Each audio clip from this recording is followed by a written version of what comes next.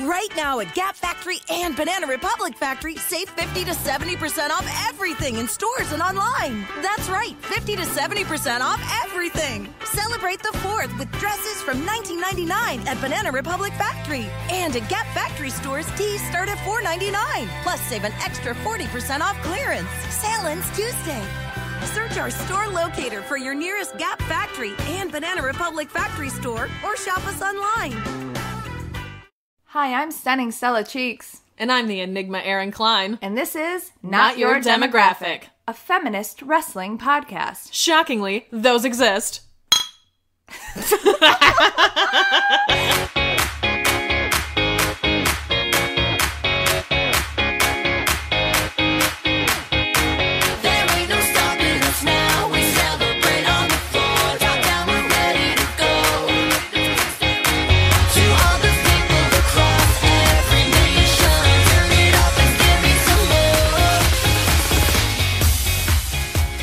Hello, Demi. Hi, everyone. Look at how much energy we have this week. We're high energy. I think that we have to point it out. Like, we're here to work. Yeah, we're here. We're ready to go. How are you? I'm good. Had a good weekend. I went to Michigan again for the second weekend in a row, or every other weekend. It's the third weekend in a row I've had to travel on Amtrak, which has been delightful, let me tell you. But I went to my cousin's open house and saw Which apparently people don't call open houses Yeah. unless they're in Michigan. Yeah, it's a graduation party for those of you who don't live in Michigan, or I guess not even the Midwest. People in Illinois are like, what the fuck is that? Are they selling a house? No, they're not selling a house. They're celebrating the fact that they graduated from high school. That's all it is. But there was an open bar at that, so that was What? Yeah, no, Dope. it was super great, and it was nice because it was just me and my sister and all of my sisters and my cousins were there, and so everyone does not approve of the fact that my cousin is marrying her boyfriend. Everyone thinks it's a terrible idea. He purposely styles his eyebrows to spike straight up, like the What? yeah, Do you have a picture of this person? Yes, I do. I will show you I one. need to know. I don't know if I can even picture that. Oh, it's really bad. I thought it was natural, and so we were all like, no one wants to say anything because they look so bad. But he styles them like that, and she likes it that he styles them. So that's the first foundational problem in their relationship. But I guess, is it a problem if she likes it? Who else are you going to find who's a trash monster? No, I think that it speaks to her poor judgment. That's more what it is than anything else. But so everyone was like, let's just redirect to Erin's wedding.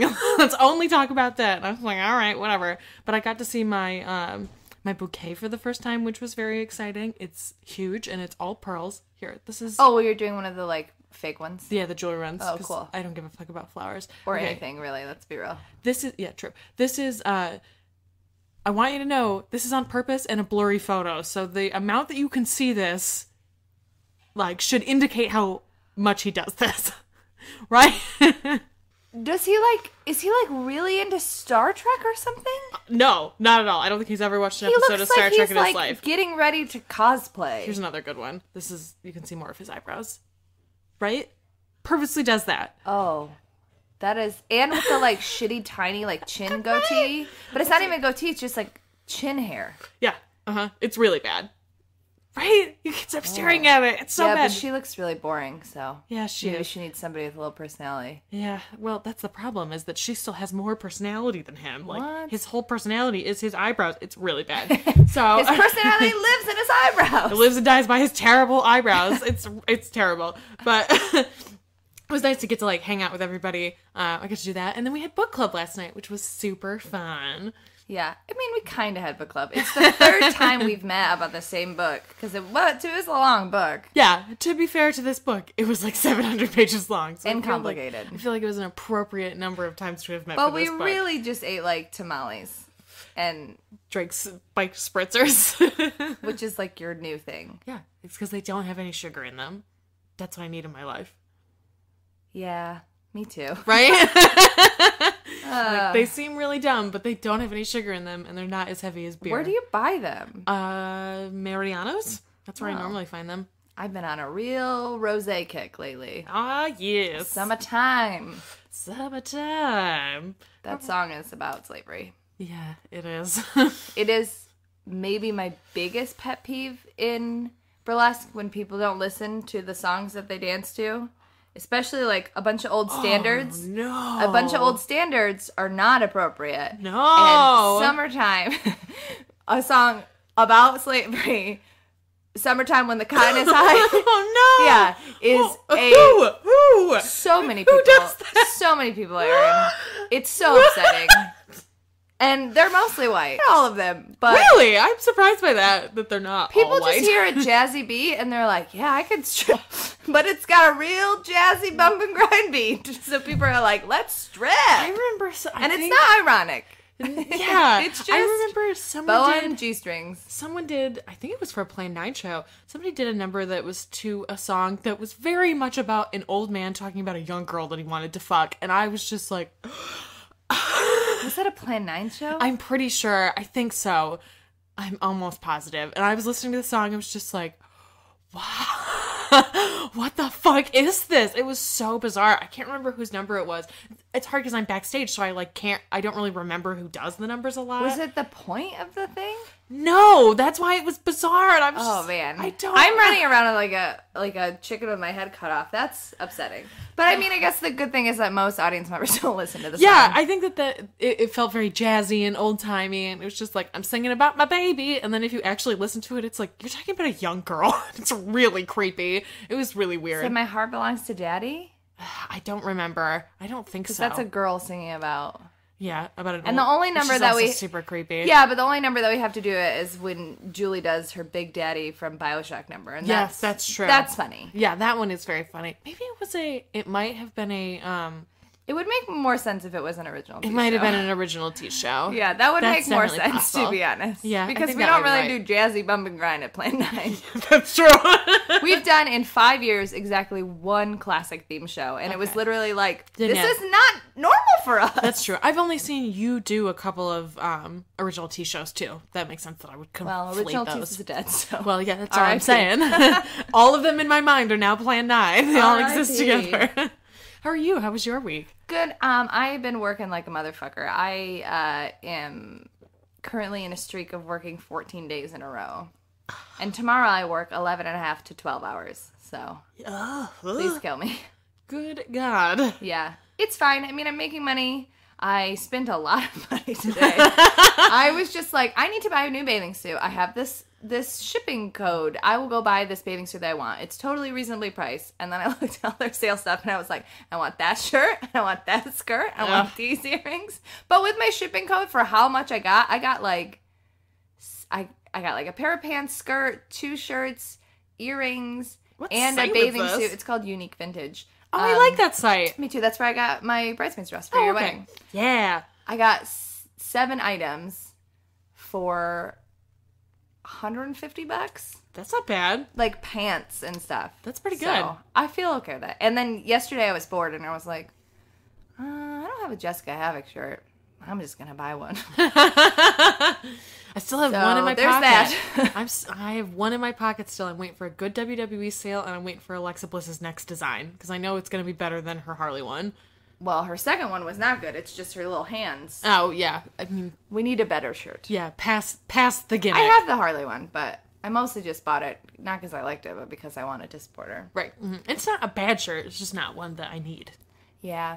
Yeah, so mostly I've just been working. I did work my first wedding of the season. Oh, fun. At a country club. Ooh. Ooh. How upscale. It was boring.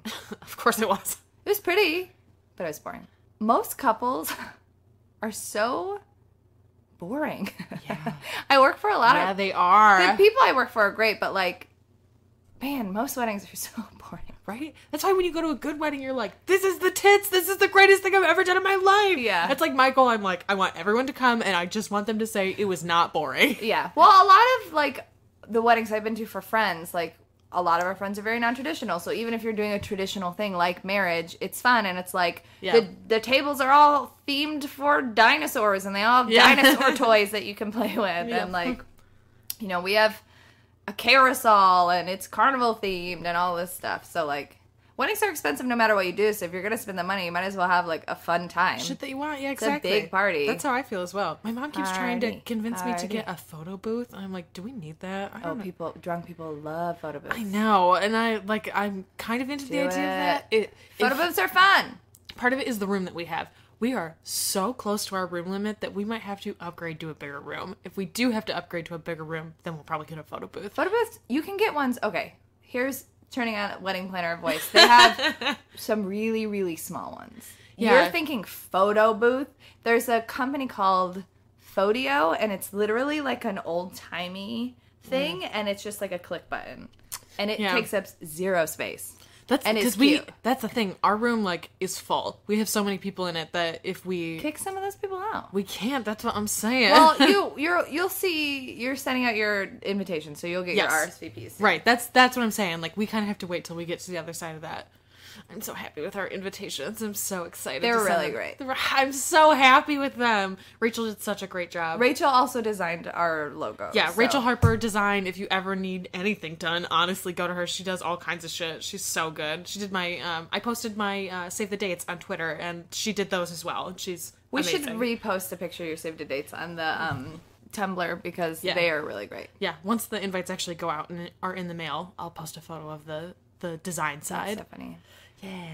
The only downside to this week, other than me like working all the time, but I'm fine. Like I'm not upset about it. Whatever. Is I've only been able to watch 5 episodes of Glow. Yeah, I've only watched 2. Well, I have to wait for Nick, so we have to watch them together because he loves Mark Maron. Oh my god, he just wants to roll all of Mark Maron. He loves the him so much. So I was like, well, you know, you've been just as excited about the show for a different reason, so like I'll wait for you. But he was out of town all weekend. And then, like, you know, Monday night starts the wrestling romp. Yeah. Mm-hmm. Michael has no interest in it because he knows that I'll cry the whole time, and he's like, I can't watch this with you. Like, we just can't watch this together. And I'm like, yeah, you're right. We can't watch this together. I've not cried at all. Oh, But I wept at the end of the first episode. Karma / Awesome Kong / Amazing Kong is so good in the show. So good. All She's the amazing. wrestlers that have popped up have done a really great job. I think we're actually probably at the limit because I think most of the people in them have already showed up by episode 5 because episode 5 is when they go to a wrestling show. Right. Alex Riley's in it, and Nick the whole time goes, Alex Riley has weird eyes. Yeah. It's like, yeah, they're like newt eyes, I guess, or like amphibian eyes. He's got, Yeah, he's got like Finn Balor amphibian eyes. yeah, Yeah. but not as fun, I guess. Yeah, definitely not. Joey Ryan was so great. I'm excited to get to those Did you see episodes. that clip of Joey Ryan and his wife Laura from Wrestle Circus? Mm-mm. It's so fucking great. So he puts his, you know, her hand on his dick. They're wrestling each other. Oh, you told me about this. And this, he's like yes. going to do, you know, King of Dong style, and it doesn't work. And he's like very confused, and he's like, why isn't this working? She's like, 'cause I'm your wife, idiot. And she puts his hand on her vagina and flexes and flips him, and he's like, oh my god. It was so great. I love it. They seem like a very good They're the couple. best. I like it. I like it a They're lot. the best. What wrestling shirt are you wearing? I am wearing my Certified G Zero Dimes tank top. Why do you own that? I don't know, honestly. Michael asked me the same thing today. He was like, when the fuck did you buy that? I was like, I don't know. They haven't sold this in ages. Because this is like a one-off shirt from... I must have bought it last summer when they had tank tops, obviously. But it was a one-off from when Enzo gave some promo about... if I had a dime for every time I'd been knocked down and I stayed down, I would have 0 dimes. And he like screamed 0 dimes for several weeks in a row. So they printed this shirt and I needed a tank top and I was like, man, fuck it, whatever. I like Enzo. I'll buy this. Do you like Enzo? I do like Enzo. I like Enzo and Cass as a team, but I really like them broken up. I am very much into this storyline of them breaking up. I'm into it. Like, I think it is the best thing to possibly happen to both of them. Like, either it will work and both of them will be good by themselves, or Enzo will crash and burn and will go on the indies and have a great run there. Like, those are like he sells so much merch. They're not letting him go. Well, I don't know. They don't really care for him and they want Big don't Cass like to him? be. They want Big Cass to be the star. By they, we just mean Vince McMahon. We mean Vince McMahon, obviously. The Royal They. The Royal They, yes, absolutely.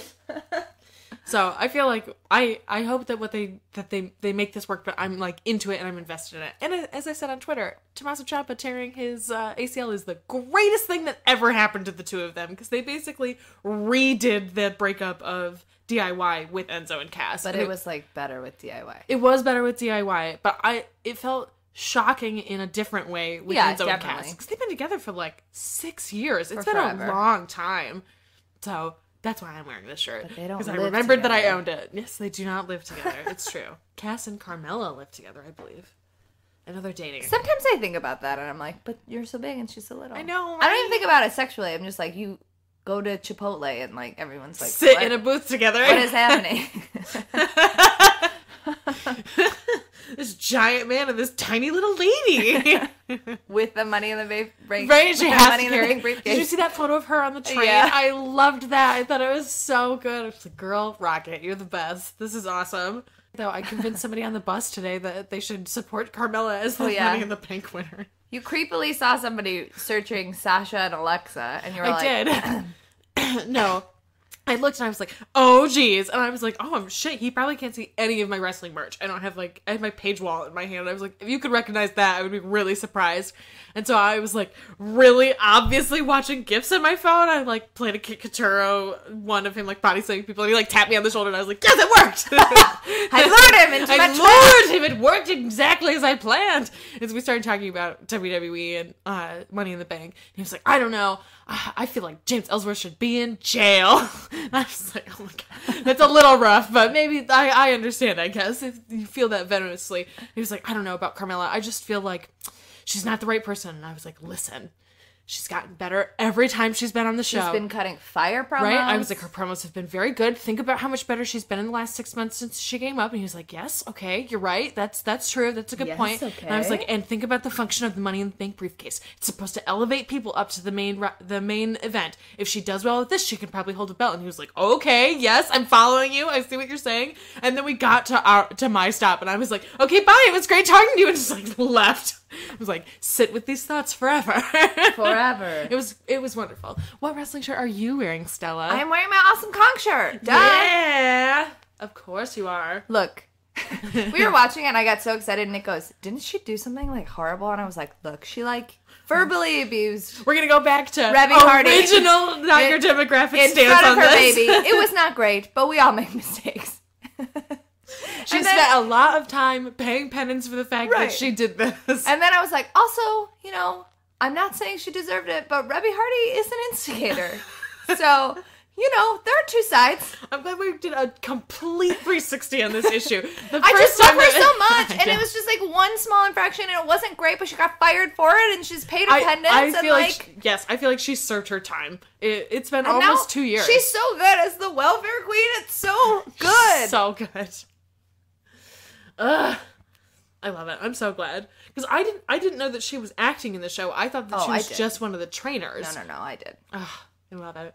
I tried to look at as little information as possible about the show because I wanted to be surprised by most of it. I have some friends who are not into wrestling that were like, I just like, it has nothing to do with the original, and like, but of course they only know it from Only watched the the documentary. documentary. And I was like, first of all, it's inspired by. Second of all, this is an origin story, and most of the fucked up stuff happened in production. So like, all the fucked up stuff is not gonna like happen now, and they're laying ground for that. And also, it's just a show, and also wrestling is great, and also shut up. Also, you think Mark motherfucking Maron isn't about to get into the nitty gritty worst possible shit that they Yeah. can about this? Like, that shit is It's on the horizon. It's on the way, and we Yeah. haven't even finished it. I'm sure. And these are people that were complaining after like 3 episodes, which like I think from watching it, I've liked it all, but I think it really picks up at episode 5. And so I've heard some people complain too about the like, oh, the cliche of women working against each other from men, and it's like, well, this is also the 80s, and also that's wrestling. That's what wrestling is. You haven't gone there, but when the like wrestling dad and the 2 brothers, Tyrus and somebody told me who he was, but I wasn't watching WWE. Carlito? Oh yeah, yeah, Yeah. I did not recognize him. I was like, I'm sure you're somebody, but I was not watching WWE when you were in. He says, she's like, Dad, I want to wrestle, and he's like, women's wrestling is a sideshow. Yeah. Like it's like he says inappropriate stuff, but he's like, it's like little people wrestling. It's a sideshow. Nobody cares. Yeah. You're gonna be a freak. And I was like, yeah, that's what it was. Yeah, that's the whole point. It's been like that for some time. But now we're in the height of the women's evolution. Why do you think we started a podcast about it? It's been like that for some time.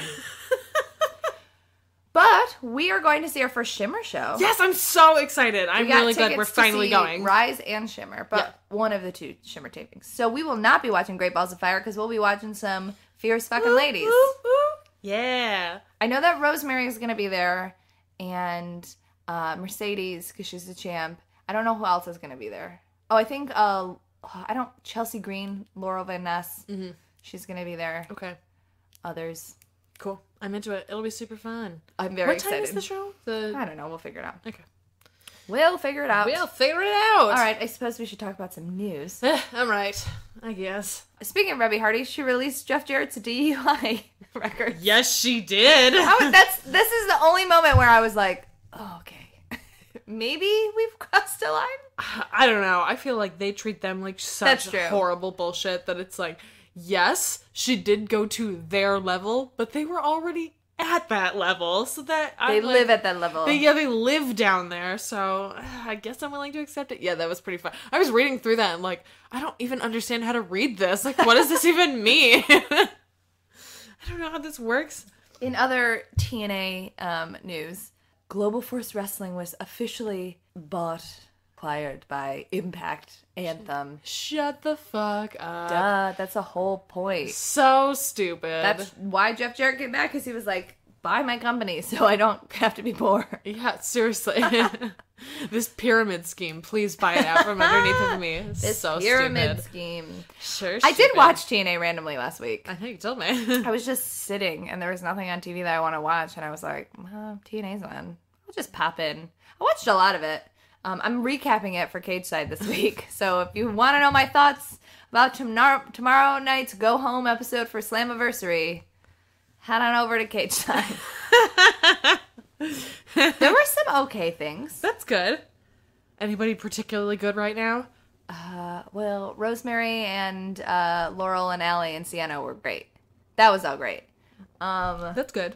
And Matt Slidell is there. Oh, okay. Yeah, I think I knew that actually. Him and literally Trevor. just through GIFs that I've seen of TNA. Nothing else. I know. Yeah, it was fine. I mean, EC3 is great, but also EC3 is in a storyline with Alberto Del Rio, so like, who cares? I feel like I just deflated. Yeah. There's nothing I want less than that, maybe? I can't imagine anyone else in that company I would rather see him wrestle less. Yeah, he sucks. Speaking of... Oh, yeah! There are rumors abound that they have split Paige and Alberto. I bet that they did break up, and I doubt that they will stay broken up. I do not think this is the end. They have a house together. Like, that's a huge deal. Like, she has to find a new house to live in after they actually break up. And I don't think that will happen quickly. She does not seem like the kind of person who will be like, yeah, okay, bye. Yeah, well, they've broken up many times. Exactly, that's what I'm saying. Like, So... I don't think this is the end by any stretch. It's a nice thought, though. Yeah, it's a nice start to that road, I guess. That it happened publicly enough that it could be reported on. That's probably good. I just want her to get her life together. I just want to see her wrestle. I just love her as a wrestler. Right? I just love her as a fucking wrestler. God, she's never going to come back to WWE either, I swear. But I want her to. Put her back in NXT. Put her anywhere. I just want to see her wrestle. I don't even care at this point. She's been the Divas champion. Well, who cares? Put her back in NXT. We don't have anything else to do with her.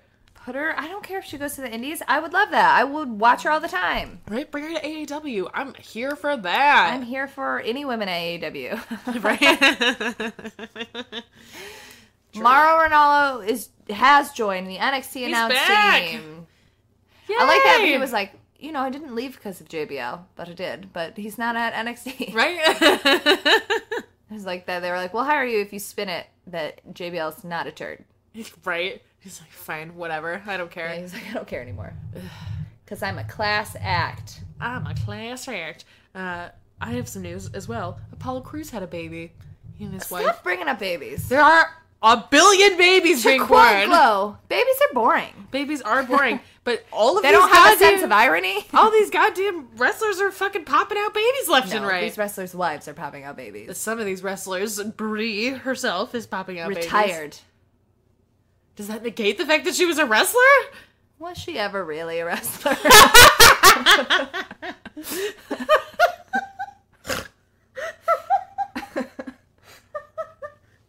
Touche. Alright, okay, well, you got me there. Speaking of people who are married to women who may or may not have actually been wrestlers, Daniel Bryan says that he's a free agent as of 9/28/18, and was joking on Twitter that he's coming for the belt at ROH, and then was like, LOL, troll for life. Like, okay. That's... No other company's gonna hire you, man. Yeah, right? Ring of Honor's like, please come back. But we'll hire you. We won't test you. We won't do anything. Please just come back. But we need your money so badly. It's just, I don't want that. I really don't want to see I feel like ROH is doing fine right now. Yeah, I agree. I think ROH is doing fine. Best but in the World was a good show. Yeah, they have a lot of good people, but they, are still in large part a farm factory for WWE. It seems like lots of people still move right on out of there. Like Bobby Fish. Yep, like Bobby Fish. Hey, what's up, Bobby Fish? I'm so glad we got to see him at that show now. Like, retrospectively, like, oh shit. Like, that was literally the only time we could have seen him. I've seen him twice, because I went to the AAW show. Oh. The other one. And he was great. And we got to see him, like, great. right up in our faces, yelling at some douchebag behind us. Like, the real Bobby Fish experience. the real Bobby Fish experience. Yeah, I really don't want... Also, like, if he goes away, then Talking Smack falls apart. It's so good when he's there. He's so good at it. This week's Talking Smack was perfect. I came over and Stella was like, listen, we're gonna watch the Kevin Owens segment before we start. He was so good! Like, you are correct, yes. You're interrupting, Renee. It's the thing that you do. He can be such a dick without actually being mean. Yeah, he's really good. He's like a schoolyard bully. He knows exactly how to make you very upset without saying anything that you can repeat back to an adult who would then yell at you about it. It's like, well, that's Carmella true. was great on it. Daniel Bryan rapped with the Usos. I believe his rap went something like, he put on their hat, and he put it on frontways, and one of the Usos was like, you're wearing it wrong. He was like, oh, okay. So he turned it around, and he said something like, my name's Daniel Bryan. I don't know how he started, but it basically ended with, when the Usos came to Talking Smack, we became best friends. I gotta find it. It's so good. I know that, the idea of Daniel Bryan saying that he's best friends with anyone is, like, hilarious to me for some reason. He just acts like such a dork. It's so weird, like, I came back to wrestling at the wrong time for me to My really name is love Daniel it. Bryan, and I'm the GM. When the Usos came on Talking Smack, we became best friends. Stupid. There's just something about him as a GM and as a commentator and as a host of this show that I like way better than him as a wrestler. But I feel like my vision of him is tainted. We weren't watching. We started watching right after his big WrestleMania 30, where everyone was so high on him. Like, as he had to give up the belt. And so it's we started very watching bizarre. in, like, August, July of that year. Yeah. So right when everything was falling apart for him. And then we really kind of got to know him a lot in Total Divas, where he is a mondo dick. Monster. He's a fucking... And then I read his book, which was a mistake, because he's also a monster in his book. A mistake. Because it's co-written by WWE. Yeah, I like him as this character. He's good, and he's, like, funny and useful. Useful is good. There was a whole thing with Wrestle Circus. I don't know the total... Okay, I don't know the total thing, but essentially they had, like, they were streaming on Twitch, and they had, like, a tip button, and a bunch of people got really upset about it, but then somebody said it was because the wrestlers had tip jars at their, like, tables, whatever. I don't care how it was done. As somebody who is actually a performer, it is absolutely okay to ask for tips. Yeah, totally. Because tips are, by nature, fucking optional. Yeah, absolutely. The only way that it's not okay is if, for some reason, the promoter gives you less money, or producer gives you less money because, quote, you're making tips. Yeah, that's bullshit. Or if you somehow devise a way in your show where the show is wholly interrupted and can't move on unless people tip. I've been in a show like that. It's weird. Yeah, it sucks. But it sucks. If it's just like, hey, I have a tip jar out, or you can tip on this button, or, like, people throw money in the ring for lucha. People don't get pissed about that because it's, quote, part of the tradition. Right. So These performers are literally killing themselves. I just take my bra off. Oh. I just pick up people's clothing. Like, Yeah, I you get tipped. I get tipped out for that shit. And like your producer or promoter or whatever should be like, this is your flat fee. Whatever you make in tips is yours. Yeah. That's how it works at drag shows. That's how it works at burlesque shows. That's how it works. That's how it works. It's not a problem. I don't understand why people are so pissed about it. I don't know. It pisses me off. I would, especially Megan Nielsen brought up a great point. Sometimes you don't want to buy a shirt. Yeah. Or you don't want to buy a glossy print. But you really like those people, but you A, don't need a shirt, or B, don't want to spend $20, or C, hate their shirt designs. But if they have a tip jar, hey, how about I give you $5 and you take a photo with me? Or, hey, here's $10. I thought you were great. Or, here's $1. I know it's not a lot, but like I just wanted to give you something. Or you throw money into the ring during lucha matches, which Also, I've done as well. Like, to me, Wrestle Circus is a free show. They obviously pay their performers. Is it really? I think so. I'm pretty sure it's a free show. I didn't know that. I've run a free show. Original Tees is a free show. Yeah. It is a lot of work. Yeah, it's a lot of work. There's nothing wrong with having an optional tip thing. If it's like band camp, if you like that, you can have all this music for free. But if you like it, throw me $5, throw me $10. Right. Why is that? These people are bringing you a product that you like. Why are people upset by it? People are idiots. That's so there stupid. Are good ways and bad ways to do tipping. I understand that, but like. That doesn't seem inappropriate to me either. Let these people get $10 to get a drink. Yeah, seriously. That's what tip money is. It is drink after the show money. Yeah, seriously. Or like I have to eat tomorrow money for some of these people. Like, don't be such a dickbag about it. Yeah. Like you said, it's not mandatory. It's not like we interrupted your stream on Twitch and you have to tip in order to continue watching. Like, it's just optional. Ugh, that's so stupid. And again, I don't know the whole story because I wasn't watching and blah, blah, blah. But like, as somebody who's actually a performer, it's okay. Yeah, it's fine. Dumb. What do you want to talk about first, baby girl? Let's start I watched fucking everything. I know you did. Let's start with Ring of Honor. Sure. The show this week was just kind of a go homey type show. Whatever. But like go home in a we taped this weeks ago. Right. sense. They set up it was Bobby Fish's last taping. They set up Lethal and Silas. Christopher Daniels had a promo. The boys had a match versus the Kingdom. The boys lost because it was just the boys and not Dalton. They need all three. Kingdom, the Kingdom is... I like the Kingdom a lot. I don't understand why. I agree. I don't really understand what it is that appeals to me about it. I don't get it. I do like it. I like it. Yeah, I don't get it either. It's sort of like, they're obviously not the same, but like in sort of the same way that the Briscoes appeal to me, and I like can't only really 50% understand. of the Briscoes appeal to me. Yeah. Because Mark Briscoe is very funny. He is very funny. True. Punishment Martinez faced a wrestler that I've never heard of whose name is Diesel Daddiego, and I was like, that is a name. That is a name. That is a name. Then Cheeseburger came in and helped when he was like... Oh, Cheeseburger. Punishment was like beating up Diesel after he murdered him. Then Cheeseburger and Ferrara came in, and then Jay White came in and further progressing the storyline between Punishment Martinez and Jay White, who I love. And then the main event was Chaos versus Tanahashi and The Addiction. So either the Marty Scurll, Adam Cole street fight happened at a not taped event, or it never happened. Yeah. Because Adam Cole left. Which is fine. I was just very confused. Yeah, it's like, wait, what? Hold on. Because I watched that Go Home show and like didn't even realize that it hadn't happened. I was like, what's happening? Wait, what? You did not watch Best in the World. No. I did.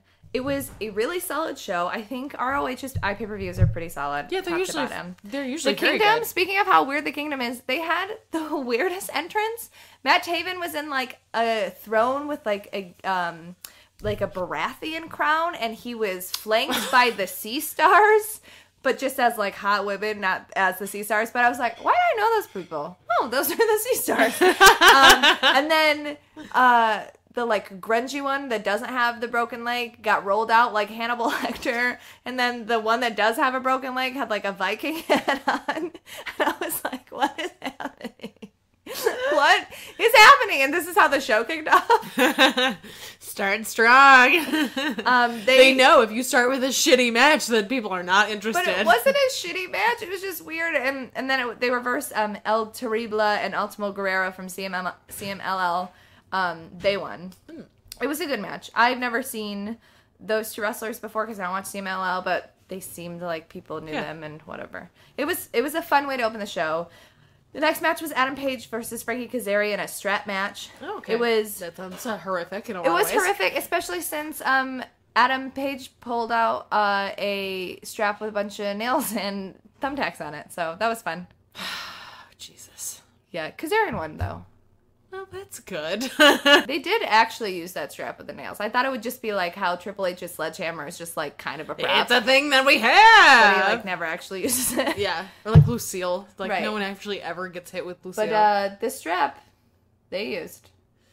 Like that one time Tommaso Ciampa had a knee brace full of like nails. Oh man. People are crazy. Wrestling is weird.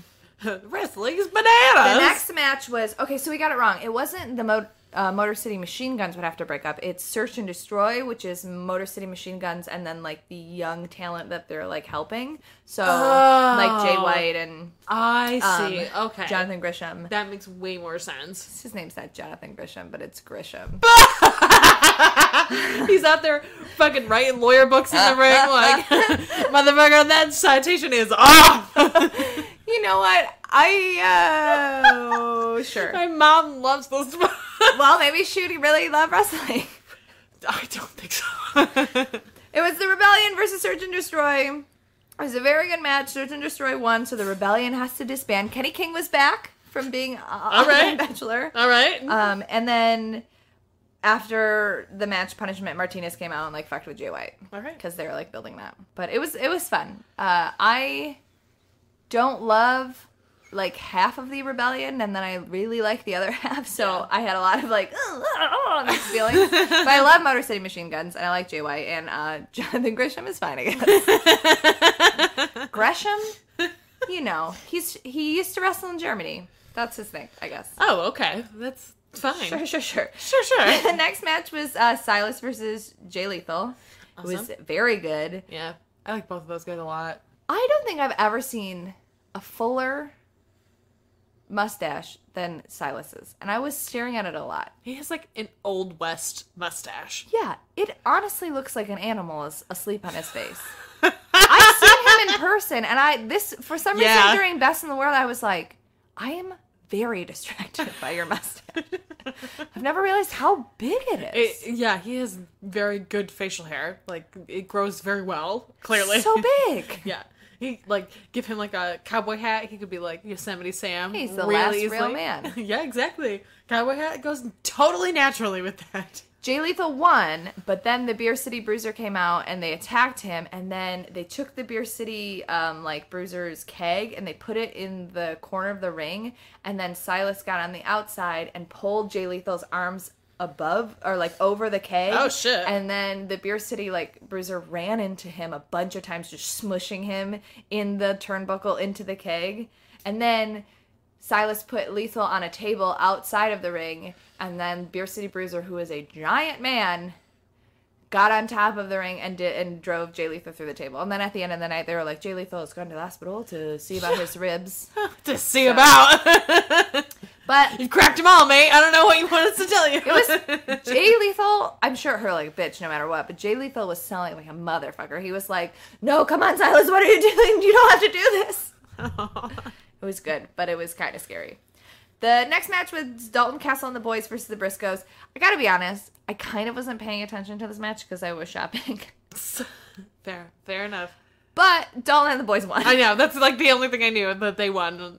I saw their promo that they cut back, or that he cut backstage, where he was like, "I've always been a champion. I knew it in my bones. It's always been inside me. I don't know, forever, like shingles."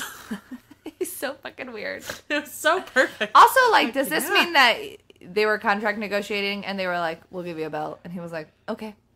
Feels like it, doesn't it? Certainly does. We'll give you and your boys a belt. Right? We will give all of you a belt, and this will lead to you having better belts later that are not just comedy belts. Like, this is a good start for him for sure. Like, yeah. He should have had a belt some time ago. Agreed.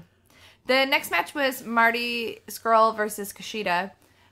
They are like the same wrestler, but like different wrestlers. They're the same height. They're the same weight. They like are both so fast. They both have these very defined characters. Like they're not the same, obviously, not at all. But watching them in the ring, I love watching them together. Mm-hmm. They're just so good. Yeah, both of them are very good. And they have great chemistry. Kushida won with 2, what's his finishing move? Is it just called Back to the Future?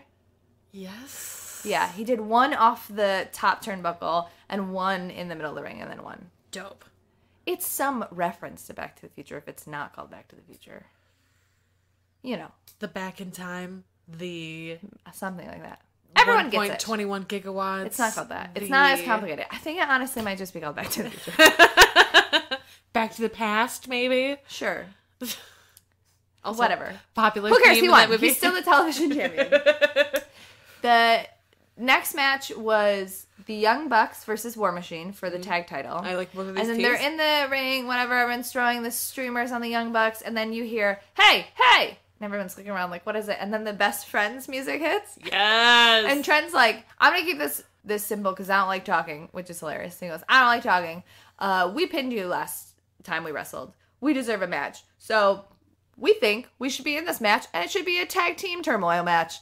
And then he was just like, what do you say, Young Bucks? And then they panned to the Young Bucks. I think it was Nick.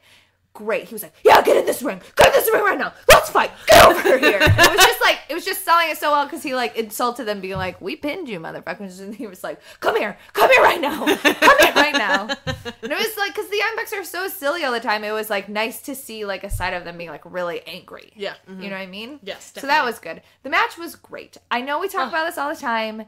But those fucking tag matches are just fucking fun. Is it in many ways the same match that they always have? Yes. Is it still fantastic? Fucking yes. Do I love seeing Chuck Taylor in Ring of Honor? Fuck yes, yes because I he do. is great and he deserves everything wonderful. Yeah, I totally agree. I want the best things in life for him. Everyone looked great, and Chuck Taylor looked really good. Everyone had their moments. There was a bunch of sick reversals. It was exactly what you think it was. The Young Bucks did win, but it was still fucking great.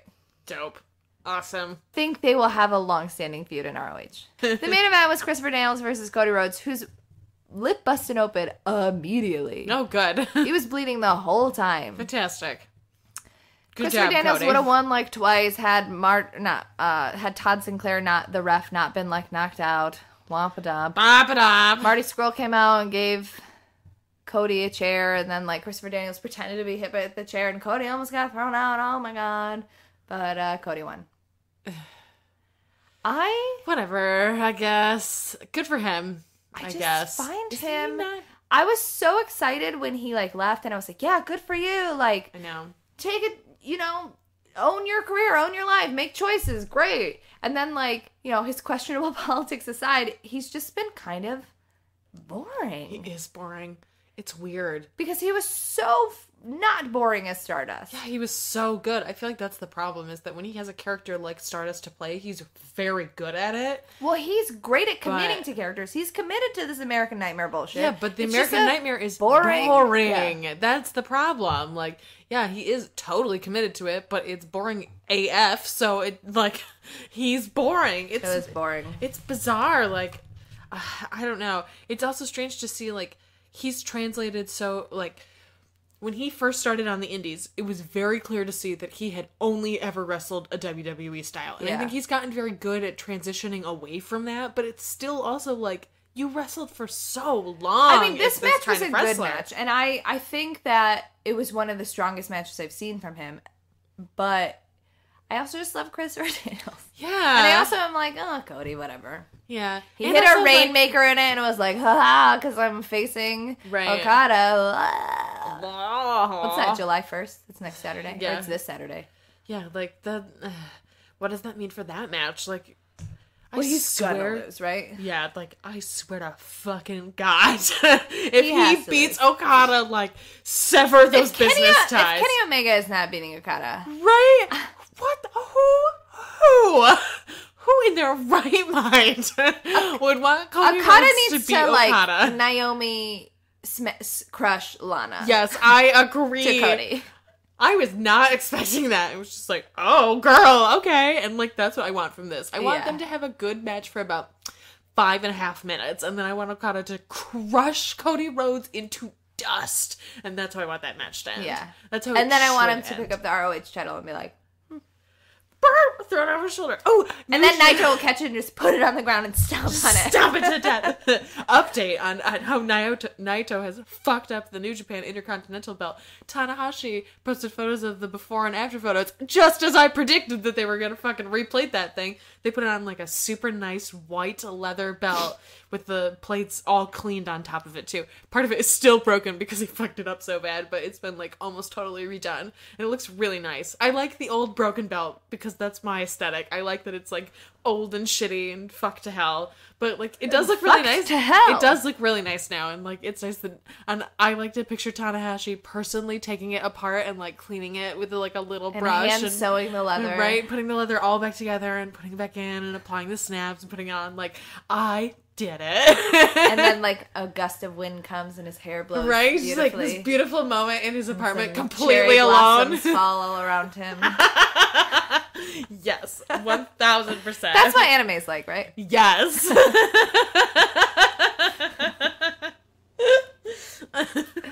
Did you watch Lucha this week? Yes, I did. I had to follow up Cage punching a man's head off of his shoulders. No. The opening, so I guess in the world of Lucha Underground, Melissa and Phoenix are like a thing. Yeah, which is very Remember weird. when you're like, Phoenix isn't there anymore? Well, it's confusing because I know after this season he is not there. Right, and so but this season is still in season. Yeah, I know, but they're weird. I don't know. All right, whatever. I accept that he's there until he's gone. Phoenix and Melissa. With Marty watching. So creepy.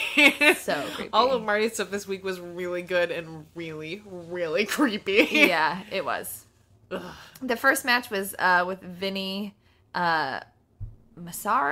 I don't know. Whatever. He's the like, hey, I'm Italian. I'm a wrestler. Versus Cage. Yeah. And it was not as much of a squash match. None of these matches were as much of a squash match as I thought that they would be, and I am grateful for that. Yeah, I agree. But, I mean, in the end, we kind of knew what was going to happen. You know, well, I mean, it's the first round of a tournament. Right. You kind of know what's going to happen in all first round matches, right? Yeah. You put the Unless first seed it's against like the 16th CWC seed. where you don't know most people, but, like, you can kind of figure it out. Yeah, tournaments, like, it doesn't become, like, what's happening until, like, the second or third round. Mm-hmm. Cage won, obviously. Yes, obviously. With his gauntlet. Took his gauntlet off so that he could wrestle. Took his gauntlet off. But so then Vinny, from it. Vinny tried to, like, hit him with it, and he was like, don't touch my gauntlet. I will murder you.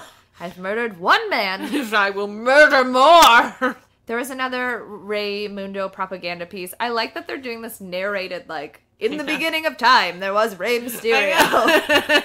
It feels like a Grindhouse trailer in a lot of ways, which of course, like that. Don't they do this type of stuff for like big UFC fights too? They're like, here is the backstory of these characters, and look at them with their moms. Yes, it's not quite the same. It's more WWE style propaganda for the UFC than like this kind of propaganda. Okay. But this I like feels, it. I like it too. Like you were saying, it feels very Grindhouse to me, and I like that. Have you noticed that Johnny Mundo has like a gap in his tooth, and it's super adorable, and I love it? No. Here's the weird thing about me and Nick: we love like that like tiny little gap in people's teeth. We're always like, it makes them so cute. Our cat has a gap in her tooth, and we always pretend we like pick her up and go, get the London look. Because the like model for the Rimmel has a gap in her tooth. Yes. Anyways, she hosts America's Next Top Model. I know who that is. I noticed it, and I was like, I love you 10% more. Such a measurable quantity of love. Yeah, I already like loved him, and I was like, now I'm 10% like 10% more. Oh my god, Jenny. seeing him in the first episode of Glow, I just like started crying immediately. I was like, oh, this is gonna be the best show I believe I just yelled, Johnny! And then he fired him. Mark Maron, what a dick. Perfect, though. Like, absolutely. Of course he would. Of course he would hire this super good-looking dude to do this one day and then be like, piss off. Like, get out of here. Feels very skeezy promoter. Yeah.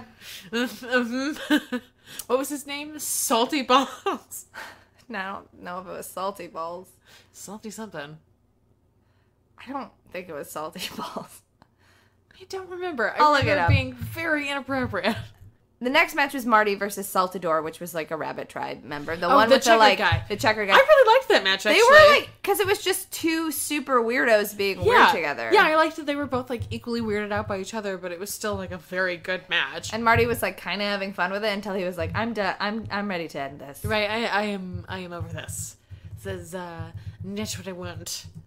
And then there was a backstage segment where Masquerita was getting ready, and then Paul London and the like Mohawk guy were like, "My lord, you're our Rabbit King," and he was like, "No," and he like jaunted away. Yeah, right. Like, I am not having this. No, I am not a part of this. Salty the Sack Johnson. I knew it. I knew it But was his name salt. wasn't Salty Balls. I got Salty the Sack is pretty close to Salty Balls. Salty the Sack important Johnson. adjective correct. I remembered Salty because I was like, what a bizarre choice. I'm looking at John Hennigan's internet movie database thing. He's in a bunch of non-wrestling shit coming up. Really? Yeah. Good for him. All right, girl, work. Make that money. He and Ty about to have a dope-ass wedding. I cannot wait for photos. There was a segment of what I like to call Marty scrapbooking. Where he just pulls pictures of Melissa out of his pants and then licks them and sticks them to a wall. That's a type of scrapbooking. Oh my gosh. Yep. I love his relationship with his sister. I do too. Do you remember what Father told us? Family first. I'll just have to make you part of my family. So creepy. I like too that they set up the possibility that they would face each other. Yeah. And then we didn't get it. And I liked that a lot. Yeah. I thought it was very smart because it felt inevitable. It was like, oh, now that we've set this up, like, this is definitely going to happen. I don't know. I didn't think that Mariposa was going to be Phoenix. I don't know. You never know. You never know. One of those things. Also, one of those, like, he at any moment may be done because we know his contract is expiring at the end of this season.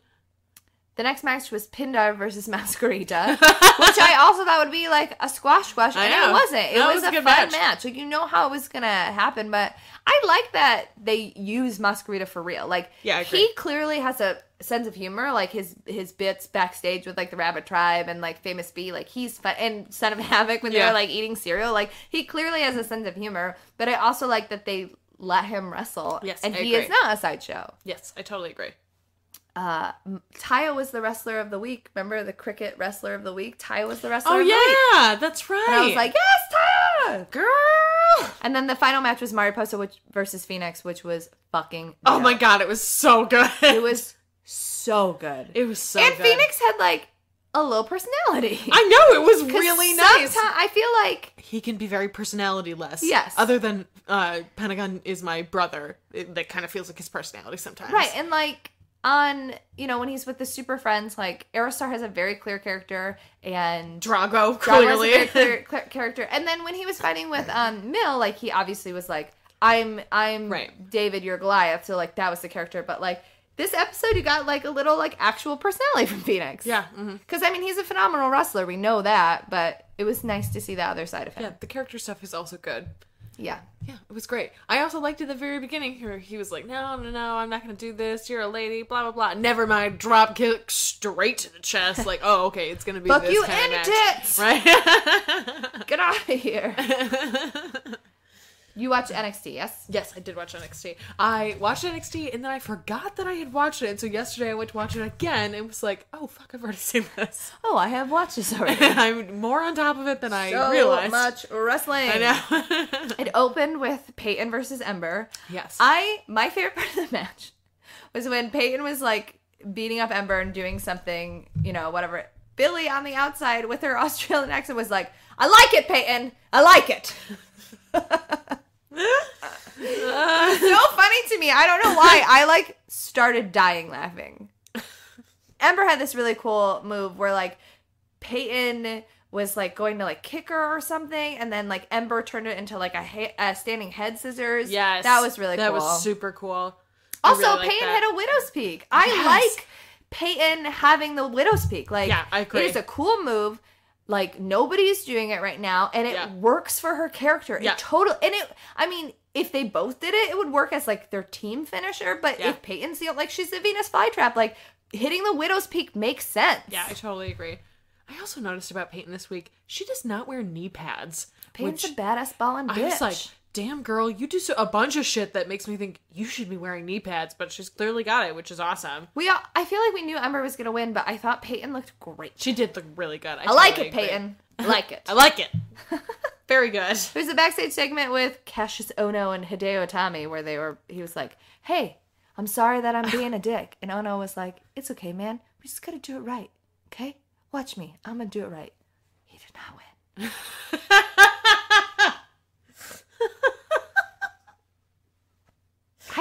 I know Chris Hero is like this like Superman type, not Superman in the same way that like John Cena is, but like, you know what I mean when I say that, right? Like, you know, all American, like we can do it, whatever.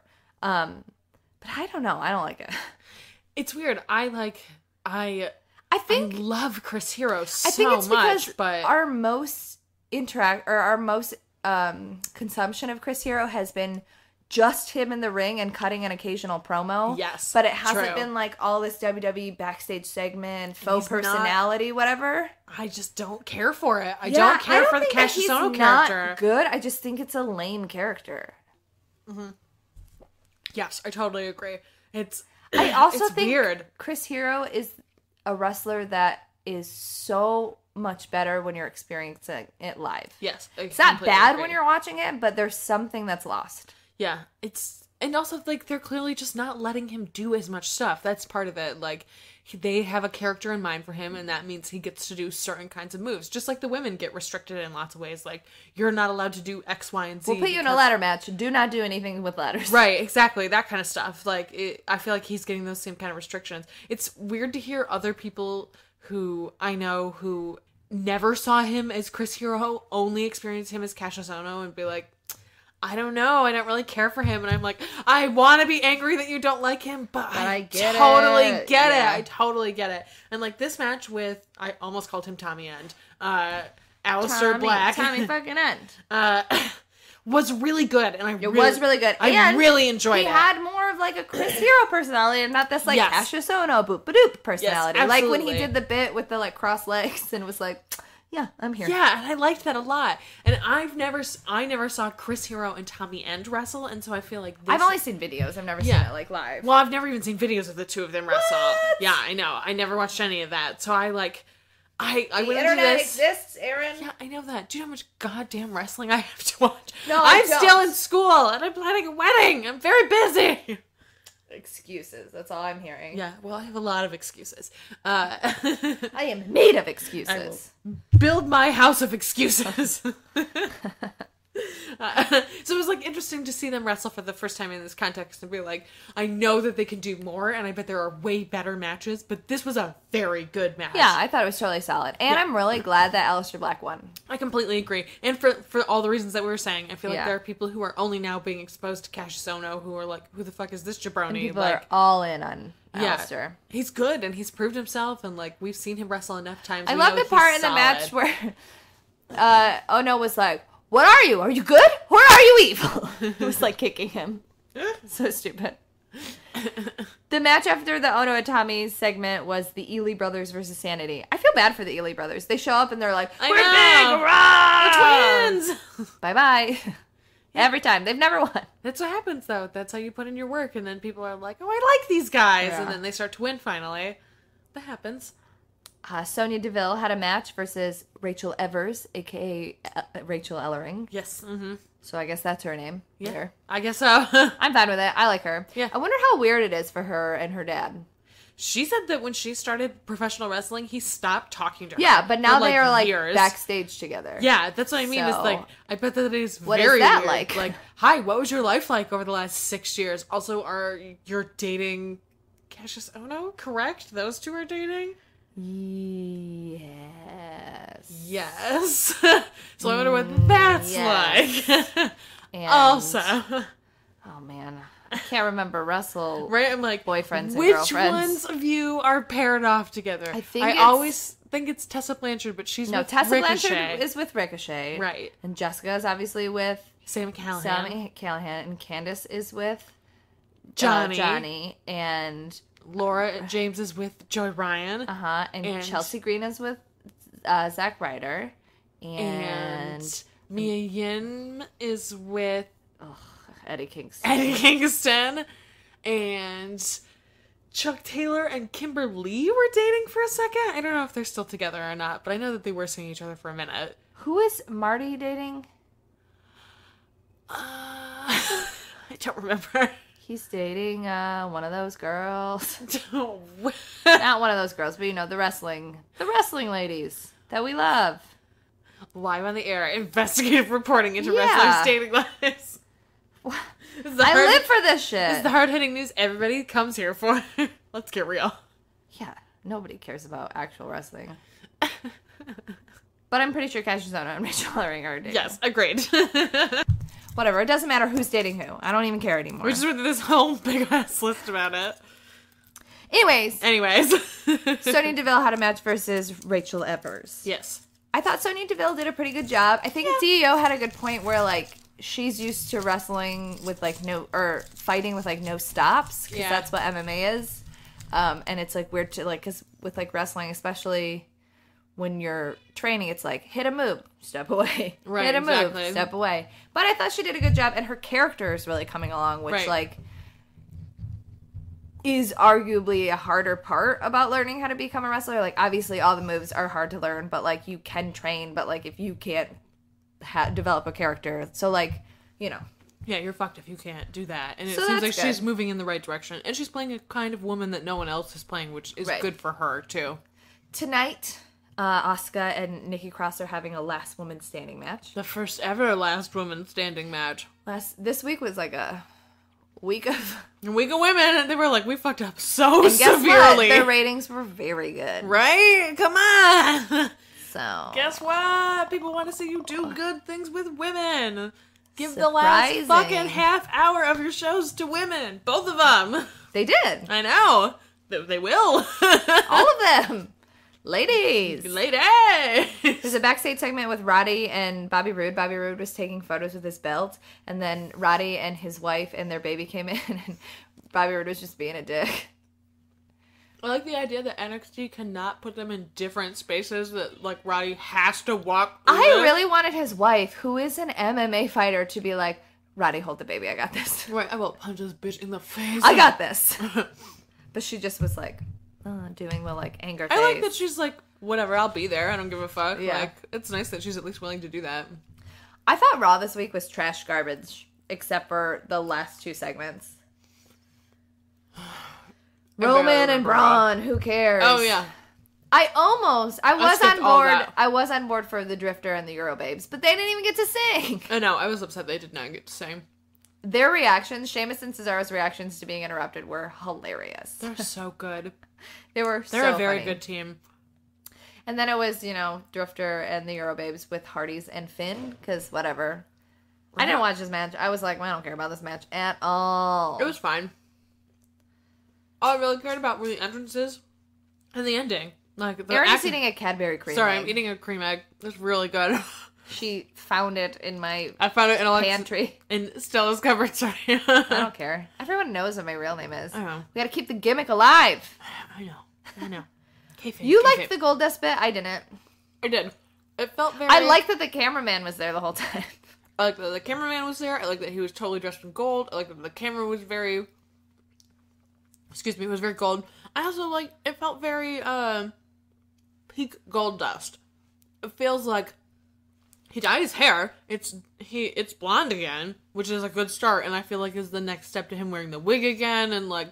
I love that. I think it's the right way for him to go out. Like, he came into wrestling as this, like, fucking crazy-ass... gay, like... Gay panic. Yeah, this, like, gay panic character, and, like, to reclaim it now seems so appropriate, and, like, to do it again as a villain, but not a gay panic villain, just, I'm a bad person who happens to have this, like, really eccentric character. It feels like now is But they didn't even get to fight. But I like that.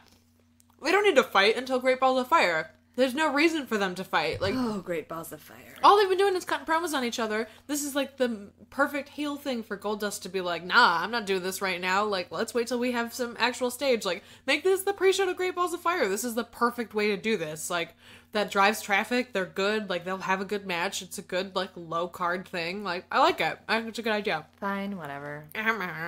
And we'll probably get one more promo before Great Balls of Fire now, which I want. I want as many promos as possible. Yeah, the trailers are great. They're so good. Charlie was backstage interviewing Paul Heyman, and then Joe just, like, caressed Paul Heyman's head. Yeah. I'm still here, just so Here, you know. motherfucker. I'm here, and I could kill you at any moment. I'm standing behind you and you didn't even realize it.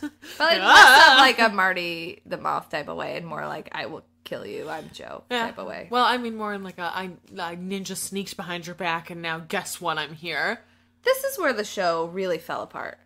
Ms. TV had on the Ball family. Oh my. I did not watch most of Who this. thought that was a good idea? That was bad. That was Apparently so Vince bad. McMahon is very mad. I would be too. It was bad. It was a fucking terrible like, segment.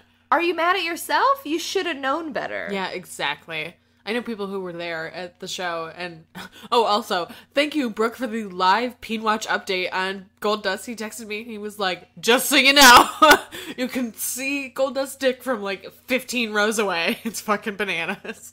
So thank you for that. I appreciate all real-time Peen Watch updates. But like, that sounds fucking horrific. Like, it would suck to be there and have to like sit through that. It just sounds so bad. And watching Dean try to regain control of that segment was just so painful. Dean, like, the insane one, and Miz was tried like, so hard. Miz was like, I can't calm it down because I'm the bad guy. He's the bad guy, here. yeah. But he did his best. He tried really hard. Oh man. He tried. He did a good He job. ripped his shirt off. I was like, are they really gonna fight right now? Like, is this really gonna happen? I don't know. That man is insane. That's his whole thing. It's really bad. It was not a good idea. That's such a bad idea. And then Curtis, and then it was Dean and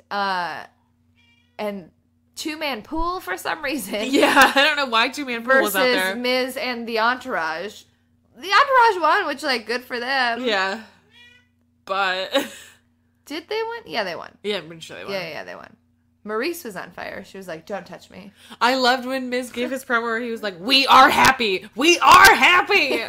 I don't know why, for me, watching that, I wonder was if like... Imogen is being picked up by the mic. I hope so. She's being so loud. Stella's cat is being crazy She really fucking wants loud. in. She wants to get into this room really badly. When I was watching that segment with Miz yelling, we are happy, for some reason I was just like, this is the most Midwest thing I've ever seen in my life. And I don't know why, like, it just felt so Midwest sad family to me, with the dad yelling like, we are happy, we are going on this camping trip and we are happy. Like, oh jeez, that's not good, not a good sign there. Enzo and Cass made up, but then they didn't. No, they did not. It's a thing that they did not. We should have all known the whole time they were Enzo gonna... was so sad. I know, it was really good. It was a very good segment from both Yeah. of them. Neither of them were offensive. Both of them were very clear. They gave, like, a really good story-pushing promo for both of them. Like, I knew the whole time that Cass was gonna obviously betray him. And as soon as they got Enzo is great at being thrown like trash. Yes, he really is. Very, very... I mean, that was his whole gimmick in the tag team, is that he got to be thrown like trash and then Cass would come in and, like, beat people. I liked you that they addressed that. Also, forgot for a minute that Enzo almost died at that pay-per-view. Totally forgot about that. Yeah. And then he brought it up and I was like, oh yeah, that's right. When we all watched that live and we were like... Yep, that was pretty fucking horrifying. Yeah. But it was interesting to see Enzo address that, be like, yeah, I fuck up all the time and I just depend on you and I won't do that anymore and I promise that I'm not going to do that. And that, like, reconciliation was nice. But, like, obviously that's not going to last. I just thought they both did a great job. I mean, it's fine. I just, like, I don't care about Enzo and Cass, so... It's like, I get why it's fine, but it's just not for me. Yeah, I get it. I totally get it. Kurt Hawkins had a segment with Seth Rollins where he was like, I bet you think you're going to win, don't you? And Seth Rollins was like, yeah, I do. Yeah, I do. I like Kurt Hawkins as the jobber who is self-aware. Yeah, me too. And he's not bad. His gimmick was... Okay, come on. His gimmick was, I'm Kurt Hawkins. I have the what's his name? Chuck Norris gimmick, but it like didn't work. But now the like self-aware jobber is a great gimmick. It really is. I really like it. I'm here to elevate your career. Right? I will try my hardest, but you're going to win. And then Bray Wyatt had a promo that was, I don't know, exactly the same thing he always says. I don't even remember a single word of it, to be honest. He and Seth Rollins are going to battle. I assume. That's where that ended up. Yeah, whatever. Great balls of fire. Penises. Samoa Joe turned Brock Lesnar into a tomato. This is where the show That picks was up. really Everything good. from this on was great. That segment was excellent. I did this to you. I run this. Oh my god. Paul coming out being like, oh, we'll fight you right now. Everyone's like, bitch, we know that's not going to happen. We don't trust you anymore because that shit never happens. And but Joe to watch like, Joe just like, oh shit. I will pop you like a cherry tomato. Yeah, that was really good. I really enjoyed that. Like, we still kind of like all know. Legitimately concerned for Brock, though, a little bit. Like, I hate you, and I don't care if you die, but, like, I don't want to watch it. Right? I don't want Raw to go off air because a human died on their network. Yeah, I really enjoyed it. It sucks because I still feel like it feels inevitable that Brock is obviously going to win this, but at the same time, I don't know. Maybe somebody's mad at Brock, and they are, like, looks like they're moving towards Cena and Roman, and not Roman and That's Brock. True. That's a good Maybe point. they're like, you know what? Fuck you. Right? Joe You can do never everything. come around. Joe can do everything that you do. That's what we've been saying. I know that we're being hopeful, but like, it would be great if they're like, wait a minute, we can just replace you with Samoa Joe. Yeah, like you totally could. He's there every week. Probably doesn't step on baby birds. I don't know, but I'm just guessing. I'm gonna guess that you're correct. I'm just gonna guess. Neville had a match with Lindsay Dorado that was like fine, but why it's important is because Tozawa looking fly was AF watching, and then Tozawa, after Neville beat Lindsay, Tozawa like got in the ring and it looked like they were gonna fight, and Titus was like, no, I done booked this for Great Balls of Fire. I am a great manager. You signing? You signing? You signing? I loved that. He's a really good manager. He's a great manager. He's a great manager. Like, shockingly good at it. I love it. I think it's great. 205 Live was really good this week. It was way better than Raw. Other than the women's segment, 205 Live was fucking really good. And it ended with Neville giving an in-ring promo. Neville saying fire is my new, like, sexual trigger. He was like, great balls of fire! And then just, like, stared into the camera, and I was like, oh, my God. I am into this. He gave a great promo. A great promo. And then it ended with Tozawa coming out, and then, like, Tozawa, like, getting a leg up on him, and then Neville walking away with the belt, like, rah. I'm the best. I'm the king of the trolls. That promo was so good, though. And he says fire great. Excellent. Fantastic. It is fire the way he says fire. LOL. The women's match. Well, it first was the backstage segment with Nia and Alexa, where Alexa was like, hey, Nia, we're both just, like, picked on all the time. And we're both, like, nobody believes in us. We gotta believe in each other. So, like, go out there and do a good job. And she was like, I will do a good job. I'm Nia fucking Jax. Right? Get out of my face, Alexa. I'm gonna crush you. Get out of my face. The gauntlet match was really fun. I like that it started with Bayley, and I kind of like that Bayley just kind of, it was like, we'll do it, we'll get it done with bye, Bayley. Yeah, me too, because it felt inevitable at the beginning that she was going to win it. Yeah, and then it was agree. just like, She needs to not be on TV for a little bit, and they need to figure out what to do with her character. I've heard that they are reducing her role, and I think that is the correct move. But they only if they reduce it and figure it out and bring her back. Like, I don't want her to be gone. Yeah. I think Bayley is a very good wrestler, and like, when done right, Bayley is great. And it also kind of makes me worried, too, because they booked her so well in NXT, and it got to the point where it was like, there's literally nothing for you to do here. We have to move you up because we can't do anything, to then have, like, so badly fucked up her character. Yeah. Makes me very nervous for Asuka, who's in the same position. Like, they've gotten very good at moving the men up who do that, like Finn, even Kevin Owens to some extent, Nakamura, Samoa Joe. At the end of their reigns, it was like, and even Bobby Fish, not his name, Bobby Roode right now. Bobby Roode! Dude! feels very like, we don't have anything fucking left to do with you and we're just waiting to move you up. And they've been able to transition the men in a way that they have not been able to transition the women all of the time. And I feel like Bayley is like a glaring like a blaring blight. A glaring blight? A blaring blight of It's bad. It's bad. She illustrates that it's very bad, and it makes me worry about Asuka, that they're going to move her up and then not know what the fuck to do with her. If they put her on SmackDown, I think she'll be fine. But if they put Asuka on Raw, I worry that she's going to have a similar fate to Bayley, that they just don't know what the fuck to do with her. Yeah, but I don't know. Maybe they're moving in the right direction again. Who knows? Who knows? Nia was doing great. Admittedly, Mickey, Dana, and Emma kind of got squashed. They all got squaskushed. Dana, hilariously, especially though. Emma. Emma got, like, immediately Yeah, but flattened. Dana had that hilarious moment where she was doing the, like, the round-off thing, and Nia just pushed her and just fell flat on her face. It was so good.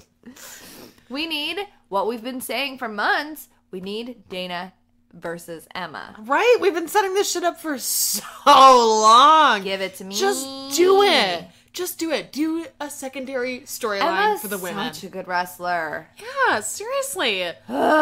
I did like that this made Nia look extremely strong. And that was the point.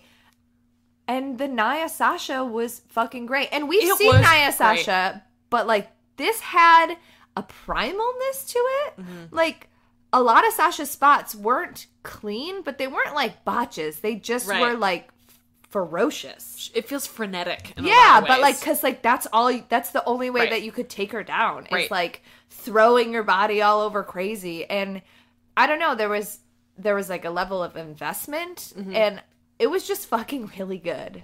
It And was, also like Sasha has like, when she got out of the title picture, it was definitely the time. Right. But she's been slowly building back up. Like, she's done That's a lot true. of good work on the lower and mid of the women's card. And, Right. like, it feels okay for it to be Alexa and Sasha. And I think that it has the potential to be very good. I agree. I think it could be very good. And I also feel like if Alexa is to beat Sasha, that's it. Like, that's kind of her, that is the stamp on her foundation of the reigning women's champion on the Raw division. Like, they want that. They've been building to that. She's been doing a really good job of establishing herself as that. To beat Sasha but is I like think a they whole also other have the level. potential to have, like, an ongoing feud, too. Yeah, yes, I definitely agree with that. We definitely need that again in the Raw title picture, I feel Right, like. exactly. It's been not hot potato, but it's not... Because, like, you could say that Alexa and Bayley had a feud, but there was really. something lacking in it, Yeah, because it was badly written. And Right, they had that so, like- terrible segment. which they, like, made fun of, Yeah. which is so funny. But I don't know. It was a great way to end a terrible show. Yeah. Yeah, and it was weird too because I like the whole time I was like, I'm ready to be disappointed. Any moment this match is gonna end and I'm gonna be pissed. I honestly felt that way the whole time. Oh. They gave Sasha and Nia over 10 minutes, which is like that in itself is a lot of time for them to give a single women's match. And the whole, like, the last segment, the gauntlet segment, and if you include, I guess, the promo right before it, that was like 40 minutes. Yeah, I think they said that the match time was 33 minutes, which is fucking bananas. Like, people ask us all the time, not so much anymore, but they used to when we first started doing this show, what in your mind would be the perfect quota between men and women on the show? This is a great start. This was a very good start. Give them a fucking solid 40 minutes, and I'll be happy with that for now. Like, give them an hour. That is good time. Like, that's a good amount of time to give the women on Raw.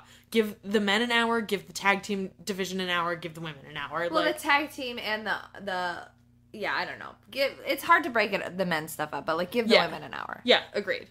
And this felt like a really good step in that direction. I forgot to say this when we were talking about Best in the World. They did a terrible thing where they like showed a clip of the Women of Honor thing, and they're like, "You'll get to see this on YouTube on Wednesday." So many people tune into our Women of Honor segments, and I was like, you know, And put them on your show. then put them on your fucking show. It's really ridiculous. I was like, fuck you. I mean, I guess like baby step for even showing it on your pay-per-view, but like also fuck you. Also, fuck you for sure.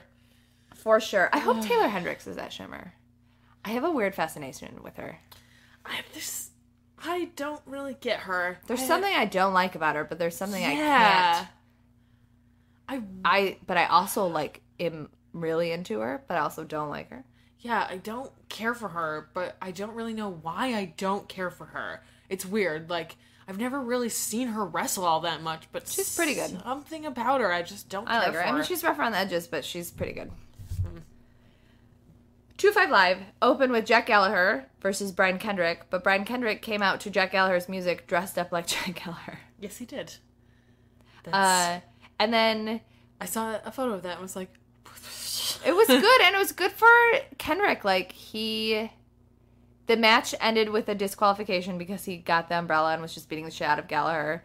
Didn't do any harm to Gallagher, and it gave Brian Kendrick something to do. He's the man with the plan. The plan is to dress up and be whatever. Whatever. It worked for Tyler Breeze, but Brian Kendrick was like, I'll dress up, that's fine. It didn't not work. Yeah. There's a backstage VIP of the show, fucking Drew Gulak. There's a backstage interview with Drew Gulak where he was like, he is the spin master. He was like, she was like, well, you lost last week to Mustafa Ali using a ground tech. He was using a ground tech, and he was like, I told him it would work, and it worked. Drew has like a promo that's like, well, safe and sound, feet on the ground. And he's like, I told you it'd work. You know, I'm just here to protect everybody, whatever. Mustafa Ali comes over and is like, I just think you're afraid because high flying is just something that you can't do. Ooh. And then he gave him like a politician thumb. It was throwing it down. It was so good. And then the match. In the match, it was like a good match. It was very like what they've been doing. Very good. I love them together. And then Mustafa's on the ground, and Drew like is like, oh, I'm gonna go up. I'm gonna go up. And like, we all know Drew Gulak's like a good wrestler. Yeah. But he like gets on the second turnbuckle, and he's got like shaky legs. It's like, oh my god, I'm gonna do it. I'm gonna do it.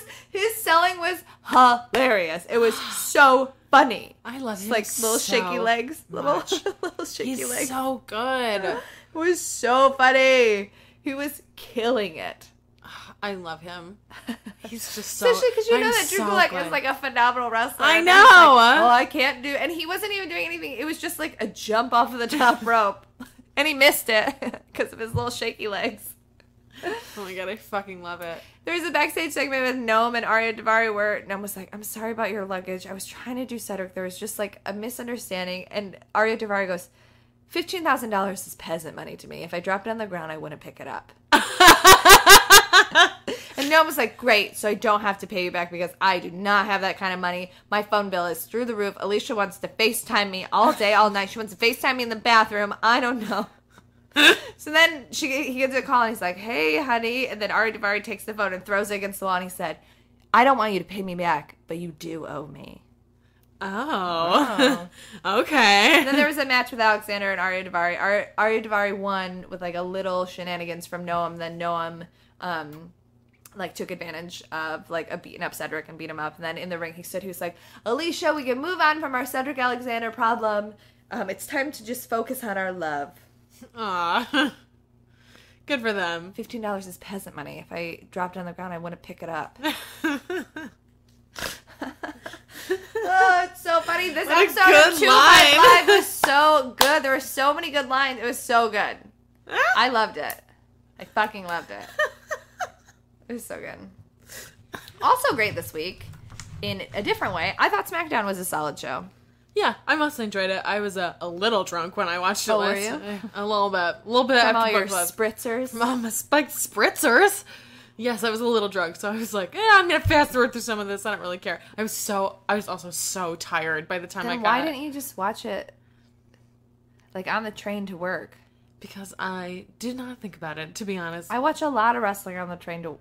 I also don't have an unlimited data plan. That's part of why. I know, it's bullshit.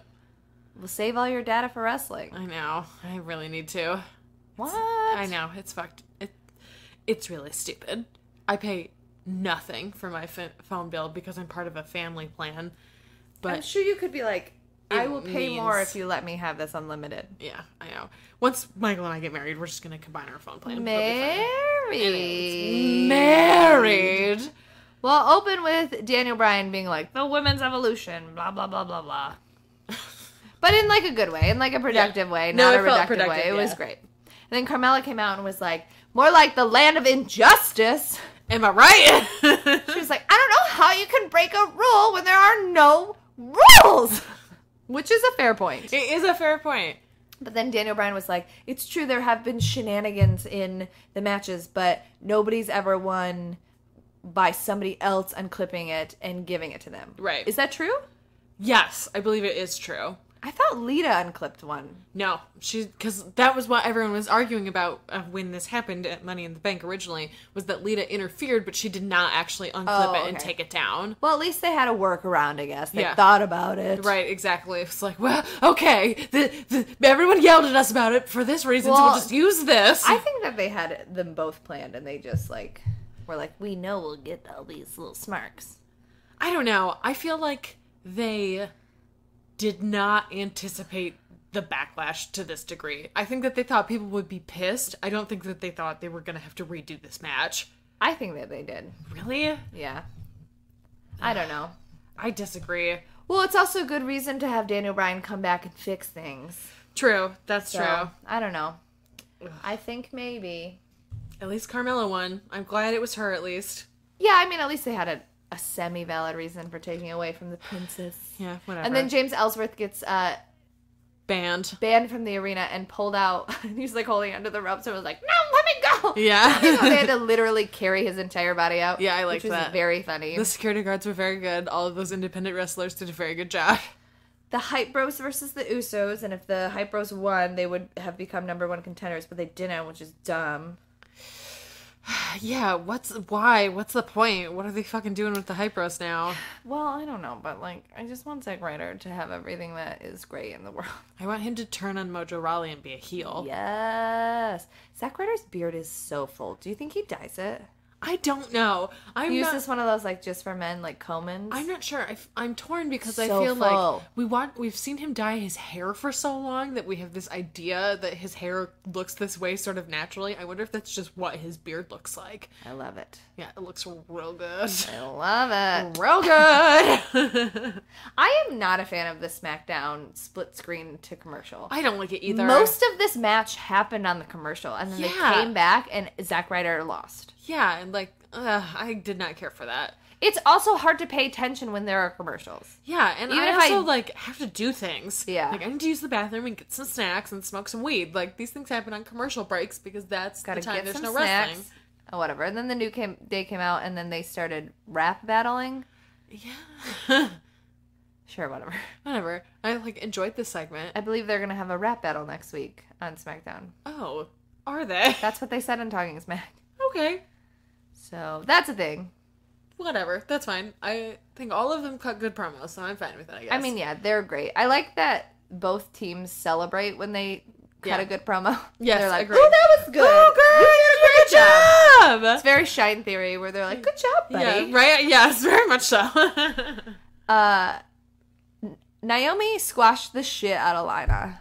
So hard. I was And you know very what? surprised. In most instances, I would have been mad, but, like, it felt right. Like, Yeah. Lana, like, you can chalk it up to, like, Naomi was distracted during the last pay-per-view because all the shit that was happening with the women, and oh my god, and Lana took advantage of that, and, like, she almost won, but, like, this was like, nah, bitch, I'm the champion for a reason. Yeah. Get in the back of the line. Glow time, dust my shoes off. Bitch. So good. Oh, you think you can win just because you sneak attack me? I'm the champ for a reason. Bitch! Yeah, it was great. Also, that shot of Naomi holding up the belt and the little black girl in the audience who was, like, crying. She was so excited. It was just like, Yeah. This is why we do this. This Also- is why you have people who represent other denominations. Like, it's fucking important. It's super important. Ugh. Also, I just love Naomi so much. She's one of my boys. Mm-hmm, absolutely. Ride or die. Right today. Aiden English sang a lovely song. He's the Shakespeare. Shakespeare's song, the Mozart of melody, which doesn't make sense. The Beethoven of baritone. I was like, isn't the Mozart of melody? Yeah. Yes. Isn't that his whole thing? Is Yeah. composing melodies. Yes. Randy Orton interrupted him and then just, like, RKO'd him and was like, bye. But you know what? At least he was there. Yeah, I agree. I like Get Aiden paid. English. I like his dumb sunglasses. I like this Aiden English. I do too. I agree. He basically was like, I'm Randy Orton and I'm not going to leave this ring until somebody gives me a match because these guys touch my dad. That's what it was. That's exactly what it was. And then Shane I'm was a like, whiny little bitch. I'm Shane. I just give everybody what they want. I don't Kevin know. Owens is right. They need some people who will say no to people. What the fuck? SmackDown is the land of repeat opportunities. It's the land of repeat opportunities. All right. But at least Shane was like, but I gotta give the champ something. So I'll let him choose the stipulation. And Jinder was like, Punjabi prison match. Thank you so much. Is it just a steel cage? Is that what that means? Is this like a lunatic asylum match? No, they've done it once before with the Great Khali, whatever. Of course. It's steel enforced bamboo, so it looks like a bamboo prison, but it's two. You have to escape. So it's the one around the ring, and then there's a bigger one around the first structure. So you have to escape two structures. That's amazing. That sounds awesome. Yeah, I've never seen it. I kind of want to go back and watch the other Punjabi prison match. Nah, I just want to watch this one. I'll just wait. I have, like, feelings about it. It has Great Khali in it. You don't want to watch that. I mean, I feel... Yeah, I don't, but I'm gonna. That's awesome. Cool. Good. Yeah. No one else can do that. He came out. Jinder Mahal came out and wasn't even speaking English. He was just speaking in a different language, and then every once in a while would just throw in English words, and then he was like, Punjabi prison match, bitch. But he did call the Great Khali his mentor, so like, there's that. Yeah, true. Well, you know, his hero. India, I guess. There's a backstage segment with AJ and Daniel Bryan where AJ was like, blah, blah, blah, blah, blah. Why am I wrestling? I want to wrestle Kevin Owens.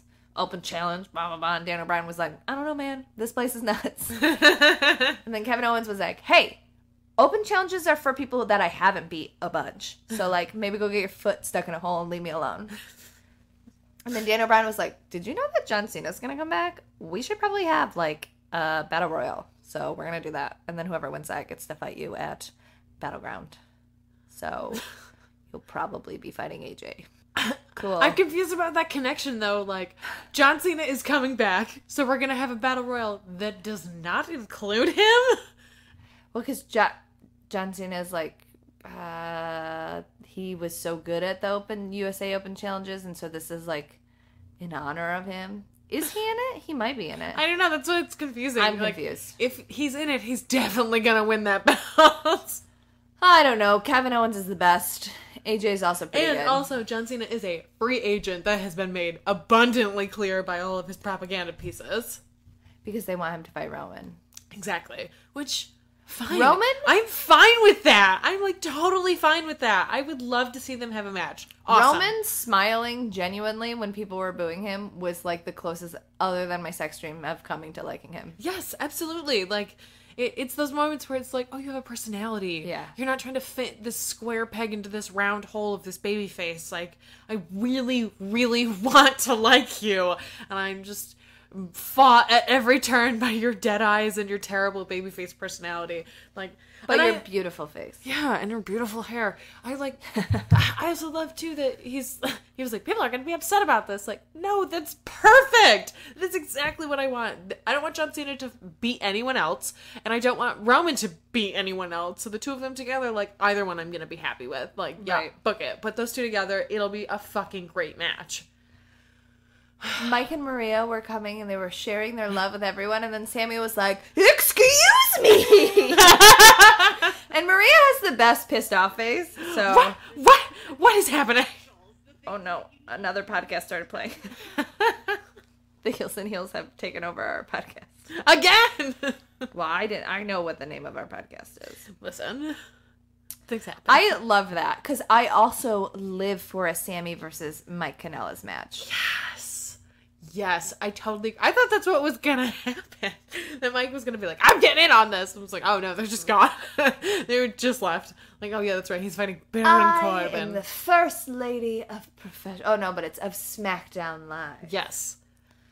Smart. Oh, I love Maria Kanellis so much. And I love Mike Bennett. Like, I just love them. I love that I love how many people are upset that he has her last name. I was just going to say, like, I love it, but I'm also like, idiots, get over it. I can be a fly on the wall and, like, have that, like, I have whoever suggest it and Mike Bennett being like, yes, fuck yes. Because he's totally the type of person who'd be like, I get it. I love it. I don't care. All in. Yeah, absolutely. 1000%. Ugh, so good. True love. I love it. They also, I love them so much. And I love, too, that they're just becoming heels by their personalities. They just show up and people are like, who the fuck are you people? Why are you so irritating? And then when they finally wrestle, everyone's going to be like, dope. This is dope. Well, I'm so she's not a great wrestler, but he is. Well, she's also had access to the Performance Center for months, which She's not like a bad wrestler. She's just like, like Maurice. Like, she's not a bad wrestler, but she's not a good wrestler. Right. Whatever. Sammy and Baron had a match, whatever. Whatever. I don't even remember who won, to be honest. Oh, Baron won, because he hit the end of days. Finally, yeah. Finally beat Sammy. 4 matches. But I love Sammy. I know. Poor Where's little Ty Bean. Dillinger? Where the fuck is Ty Dillinger? The last time we saw him was in that stupid commercial with Sammy, which is the only fun commercial they've ever done. I didn't feel like anyone wanted to fuck any food. I was not worried that was going to happen. Natty's really bad commercials. But in a different way. Very different. Theirs was actually interesting. I don't know. It's so bizarre. Like, he was so hot when he came up, and they just burned him out. Like, bitch, what? Mike Bennett and Ty Dillinger would also be good. Yes, agreed. Or Mike Kanellis. Shinsuke had a promo where he was like, I'm Shinsuke, I'm weird, I'm the best, leave me alone. Yep. That's basically what it was. That's all you need? And then the women's Money in the Bank. I didn't dislike this match, but it does, because I thought there were some, like, fun spots, but they weren't ladder spots. Yeah, it was weird. It was like, we were saying earlier that... They used the ladders as, like, props, but not as weapons. Right, and they used the ladders as weapons in the first match, but not a lot. Right. But then in this match, it was like they did a lot of jumping off of the ladders, but not... They just needed to combine the matches. Right. Excuse me. If they had combined these 2 matches, it would have been the perfect ladder match. And it just felt even more disconnected because it was like, oh, this is just a makeup. Oh, you could have just done this the first time and you just didn't. That was a cool moment when Tamina was like, I am pure strength. Yes, that was super cool. I did like that this made Tamina look very strong. Yeah. I felt like this is one of the only times they've done that. Continuously. Well, it seems like since she's coming back, they're actually booking her okay. I hope so. It still sort of feels like she's a throwaway character when they do their jumble tag matches, but when she wrestles by herself, I agree. I think that they make her look very strong. It seems like Natty and Charlotte are setting up for a thing, which is whatever. Whatever. Why would you run away from the ladders? I don't know. I don't know. I like the Becky and Ellsworth and the Becky and Carmella stuff. Like, that's good. I liked that we got the splash off the ladder from Carmella. Yeah. That was a good touch. They should have there done were that. some good moments. It's just, like, it wasn't... There was, like, really good moments, and I didn't hate the match. No, I enjoyed it, yeah. But, like, isn't the point of a ladder match to use the ladders as weapons? Yeah, it just... It's so bizarre. It's so bizarre. It's clear that they, like... To me, it's clear that they, like, weren't allowed to do a lot of stuff. Yeah, that's what it felt like. Which is dumb. Like, yeah. if you're going to do it, let them do it. You let them fight for real in a cage. Yeah. You let them fight for real and, like... It sort of feels like they were allowed to do some stuff at the first ladder match because it was before the men's Money in the Bank match. Well, and now also it's on pay-per-view, so maybe they're like, you can do more stuff on pay-per-view. I don't know. Which is weird, though, because I've heard that they want to draw viewers to SmackDown now because they don't make the same kind of money from pay-per-views because it's all network buys. It's not people individually buying $60 pay-per-views. So their money is really from advertising with the networks, and so they want to draw eyes to the network, but then why not really do the match? Like, why not let it just totally run wild? Like, you're already giving them the main event spot. Like, let them fucking go as far as they can. It's just... It's so strange. It doesn't make any sense to me. It feels weird. Like, don't get me wrong, I'm so happy Carmella still has the belt. Yeah. She was fucking great. Agree. She was great on Talking Smack with it. Like, she's the right person for the belt. But it also just feels like, so, like, why did we not just do it normal? Yeah, why didn't we just do this right the first time? Like, there had to be so few changes. I'm glad that they got to main event. Yeah, I agree, and I'm glad that they got the full half hour. Like, they needed that. I'm glad that it's starting to be, like, semi-normal that the women sometimes main event, like, SmackDown and Raw. I agree. And, like, a bunch of people have pointed out this week, 3 shows in a row this week, the women closed out, and, like, that is a great step. Like, it is not... Just because they don't do everything perfectly, which they never will, but, like, yet, if they're not all the way there...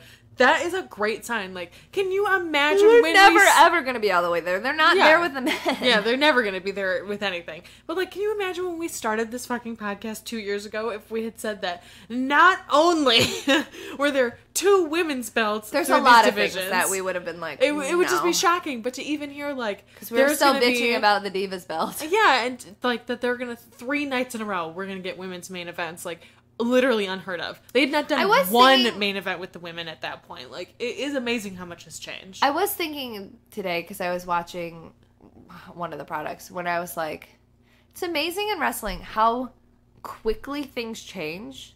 Like, you know, a year ago, Sheamus was a part of that, like, group of the Europeans. The League of Nations. Yeah. And, like, you know... other examples. But things, and Barrett was there, or like in TNA, you know, like a year and a half ago, EC3 was getting chanted that he can't wrestle, and like, it's amazing how like quickly things change in wrestling, and yet how it all stays the same. Yes, absolutely. It's so bizarre. Like, individual parts of wrestling change very rapidly, but like wrestling as a whole feels like it has been the same forever. And like that's why it's exciting when things change it. Like, let's do a women's gauntlet match, let's do a last woman standing match, or you know, let's bring back the Punjabi prison. Like, it's exciting because it's like, oh, these are new, right? Everything feels new, and like some of it is new and some of it just feels new, but it's like we've just seen the same shit over and over and over again. It's like, yeah, you guys need to do different stuff. To be fair, some stuff I want to see over and over again. Like when we talk about the ROH, the tag matches are very similar all the time. I still love them. Yeah, true. And like that's part of the appeal of wrestling, because when you boil it down, it's good guys versus bad guys, this versus that, and like some things like Sammy and Kevin Owens will never be old, fight forever. Yeah, but like some things, it's just like, and even if it doesn't feel stale, you're just like, yeah, we're still doing this. It's different people, but we're still doing this. Mm-hmm. I mean, that's how I feel about Shinsuke and AJ. Like, we're still doing this. It's still been doing some this. time, but like that's still gonna be a thing. They're like my fight forever. Like they'll always be fighting each other, and I'm fine with that. I'm into that. So we're at the end. Do you have anything else to say? We're at the end. Do you have anything else to say? Oh, you want to do RuPaul's Drag Race check-in? How did you feel about the finale? Did you like it? Was it this? Oh, it was this Friday. Yeah. Mm-hmm. I mean, we normally talk about this at the beginning or the middle of another segment, but... I'm so torn because I think Sasha is so talented, and I really like her. And she did, you know, if we're going just based on those lip syncs, she did win. She crushed it, yeah, for sure. And she was never in the bottom 2 the whole time. So we've never seen her lip sync, which I think helped her. Yes, I agree. But also part of me is like, okay, so if it comes down to Sasha and Peppermint, I really wanted Peppermint to win. Like, it would have been important. I think it would have been, like, important to have, like, an out trans drag queen as your queen. Yes. Nicole and I watched the finale But together. It's also, like, don't just give it to her because that would be an important moment. But also, like, I don't know. And Peppermint did a great job. Yes, like, she did. All 4 of them did a great job. If it had been anyone else... Shay showed up and she was like, wait, why does everybody have all these props? I'm just, like, very good at lip syncing. Yeah. Which she is, and she did a great job. But we've also seen her before, so, like, there was the surprise factor. Yeah, absolutely. I was like, I wonder what it was like to be Shea Coulee in that moment when Sasha took her wig off and be like, well, that's that. Well, Shea knew. Like, when they were standing together, she was just like, yeah, I know. Yeah, this is the end of this. Fuck that. Yeah. Shea forever! I mean... Shady Kool-Lady. Well, okay. The way that I viewed it, I watched a 22-minute video of Trixie Mattel putting her makeup on the other day. You told me. It's so funny. But I didn't do anything else. Lots of times when I'm watching something, I'm doing other things. I just sat there and watched it. Dude, I get it. I totally understand. Trixie Mattel is great. It's fascinating. Also, Trixie Mattel's makeup is nuts. Yeah. So that's true. Well, I was going to say, I think that... I'm not happy, Brenda. I think that the thing with Sasha and Peppermint, both of them represent a change in the way that drag is happening. Like, Sasha represents a change in the way that drag is being performed, and Peppermint... She's also a great performer, whereas a lot of times when you do, like, I'm an avant-garde queen, or I'm a this queen, or I'm a that queen, they're also, like, not maybe great performers, whereas Sasha is a really good performer. Right, exactly. And I feel like Peppermint represents a change in the culture of drag with the people who are accepted with doing it. So in some ways, I feel like if Peppermint had won, it would have meant a lot as a cultural milestone in drag.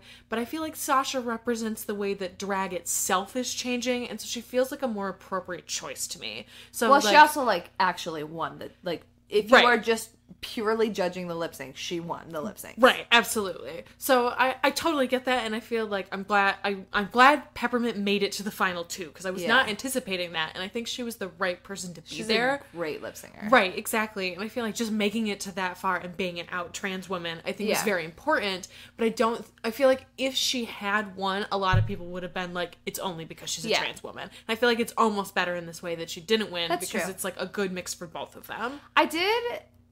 I saw a couple people post, like, because Shay won the most challenges, was overall the best the whole season, did the best. And I saw a couple people, like, a couple queens of color who were like, you know, it sucks sometimes to be like, to watch this person do the best the whole time and then, like, not win. Like, it's that old adage, like, you're gonna have to work twice as hard to get half as much. And I hadn't obviously thought about that because it's not my perspective, and I was like, yeah, that's fucking true. Yeah, it's and any other season, had it not been this lip sync stuff, she absolutely would have won. Yeah, absolutely. And it's also strange too because it's like Shay and Sasha. Trinity obviously was not even. I like Trinity, but, like, come on. I thought it was hilarious, too, that Trinity was the one to spin the wheel, and then it was the one to get eliminated. I know. Like, that's what I was going to say. It's not... Sasha and Shay did not spin the wheel, and so they just became a victim of circumstance. They just got paired together, and it was like, oh, this is the worst possible combination for you. Peppermint didn't spin the wheel either. Well, no, that's what I'm saying, is that Trinity spun the wheel and then chose Peppermint because she wanted Trinity would have lost against all 3 of them, though. Let's yeah, absolutely. I know that. But, like, because she chose Peppermint, like, if she had chosen Shay, Sasha would have just beat Peppermint in the first round. What would have happened if it was Sasha versus Peppermint that first round? Because they both killed the first round. I think that Sasha still would have won, because that was the rose petals. Yeah. Like, even the whipping the own wig off.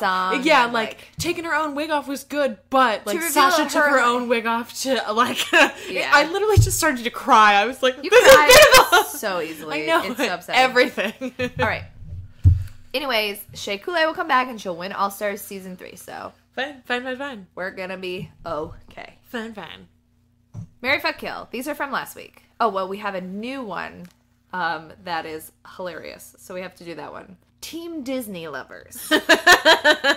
Kimberly, Candice LeRae, Alexa Bliss. Marry Candice, obviously. Marry Candice, fuck Alexa, kill Kimber. I'm really upset about it, but it's what's gonna happen. Marry Kimber. No! Fuck Candice, kill Alexa. As long as Candice lives. Yeah, Candice lives for sure. Candice lives! Candice lives! Okay, these are from last week. This one is from, and that was from @JoeCrack. And then this one is from @MoSquare. Yes. This one's easy. AJ, Brian, and Mojo. Oh, kill Mojo. Marry AJ. No. Yeah. No. Unfortunately, it's marry Mojo, kill AJ, fuck Brian. No, I don't think so. I don't want to fuck or marry Mojo under any circumstances. Yeah, but he's the one that has the least offensive politics to me, probably, so. True. Though Brian... Marry Brian and just eat meat anyway. Well, Brian has similar politics. He's just such a dick. Yeah. Marry AJ maybe? He seems like he's very good to his wife. Yeah, but then you would have, I guess you'd have that, like, James Carville situation where you're like, I disagree. I will deal with that, I guess. No. That's fine. So marry AJ, fuck Daniel, kill Mojo. I would still kill, okay, I'm going to rework that. Kill AJ still, fuck Mojo, marry Daniel, and just, like, deal with it. Just deal with it. I don't want to watch him take his zoop ass off. I'm not into that at all. He's probably got a big dick. He's probably great in bed. He's hype all the time. Yeah, that's the problem. He's probably like a fucking jackrabbit. And we're like, no. Or he's like got a lot of energy, so he's like, let's do this. What do you want? You want to flip over? You want to do this? Let's do this. Yeah, he's also Mojo seems like, I'm done. Mojo seems pretty pliable, so you could be like, okay, here's my suggestion. He'd be like, great, whatever you want. I got it. Fair. That's fair. All right. So I guess I could accept that. also in a weird way, Mojo reminds me of Ian. So remember, Giant baby. yeah. So like I've already slept with Mojo in a sense.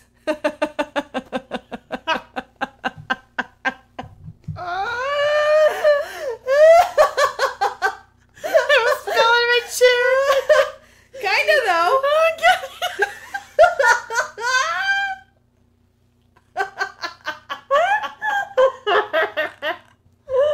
Oh my god.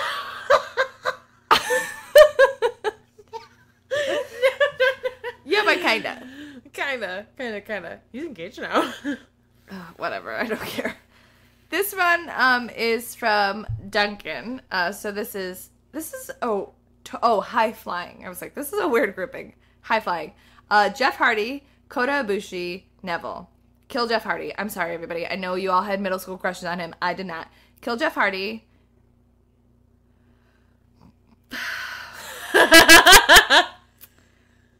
I would say fuck Ibushi and marry Neville. Definitely fuck Ibushi, 1000%. He's so erratic. You can't marry that man. That'd be a disaster. Yeah. I would just marry Neville and be like, say fire. Cool. Fire. I don't know. I feel like maybe I would marry Jeff Hardy because I feel like he'd be a stable person because he's been through so many personal fuck-ups that he's like, well, I might break my leg motocrossing, but I'll never fuck your life up. And I feel like... But Neville is also a nerd. True. Have you seen his jumpers? That's true. Have you seen his glasses? He does have good glasses. That's true. No, he has terrible glasses, but he's like a little nerd. No, like in a good, like, Yeah. oh yes, you're an adorable nerd way. But if you were like, I want to do some like sexy, you're scary role playing, he'd be really good at it. That's true. I feel like Jeff would also be good at that. But in a way that I am uncomfortable with. Oh my god, you know what we didn't talk about? What? The fashion bites. Oh yeah, that's right. I love their blazers. They look so good. I fucking love them. Ascension did a fucking great job. Yeah, they really They did. like sneakily took the Eddie money. I know. No, we only listen to heavy metal thrash music. To grindcore thrash metal. And then they like looked at each other and they were like, let's take some of this cheese and these Eddie money tickets and be on our way. I fucking loved it. I liked how I think we were both good cops there. we're both great cops. No, Dango, we are great cops. He's a good cop, bad cop. I like that even in that situation, Fandango was still the bad cop somehow. It's so funny. No, Django, we're great cops. All right, last one, and then we'll wrap it up. This is from Henry T. Casey, and it's 3 of them. All right. Triple H on ESPN after Money in the Bank. The person who booked the women's Money in the Bank finish, original, and Mr. McMahon. Oh. Well, I'm going to kill the person who booked the Money in the Bank finish because I don't know who that is. But then you have to marry or fuck Vince McMahon. I would, you know what? I would just fuck Vince McMahon and get it done with. And then I would marry Triple H because he seems kind of passable and also money.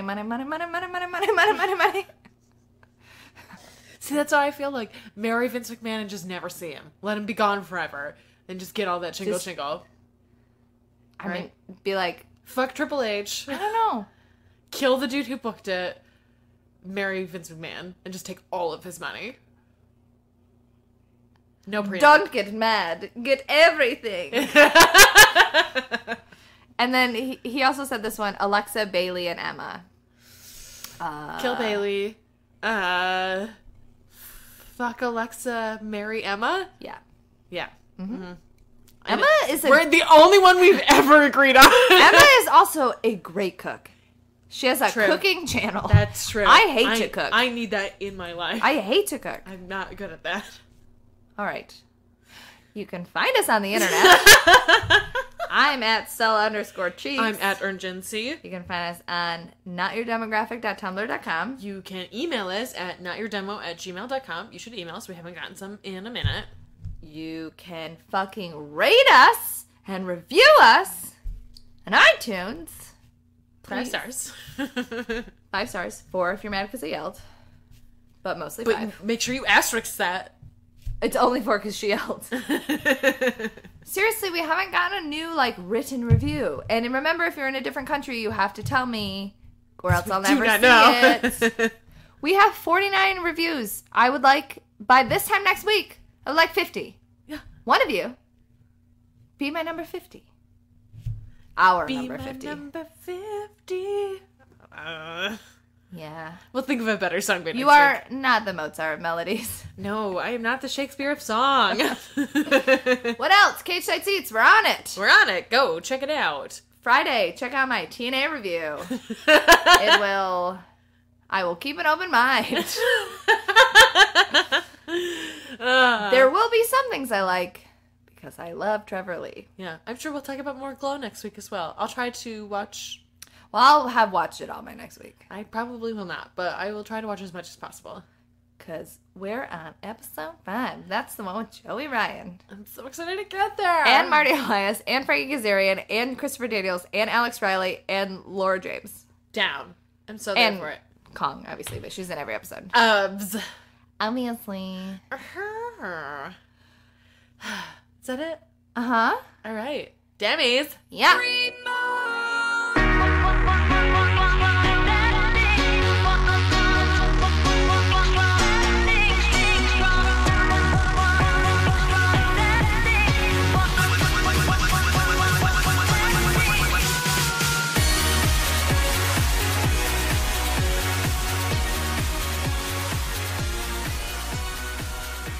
We have the same glasses. God, I was wearing these ones. Little nerds. Nerds.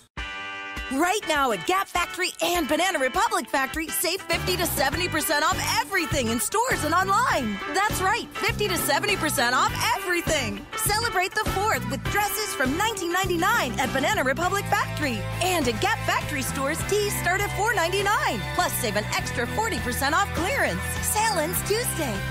Search our store locator for your nearest Gap Factory and Banana Republic Factory store or shop us online. Right now at Gap Factory and Banana Republic Factory, save 50 to 70% off everything in stores and online. That's right, 50 to 70% off everything. Celebrate the 4th with dresses from $19.99 at Banana Republic Factory. And at Gap Factory stores, tees start at $4.99. Plus, save an extra 40% off clearance. Sale ends Tuesday. Search our store locator for your nearest Gap Factory and Banana Republic Factory store or shop us online.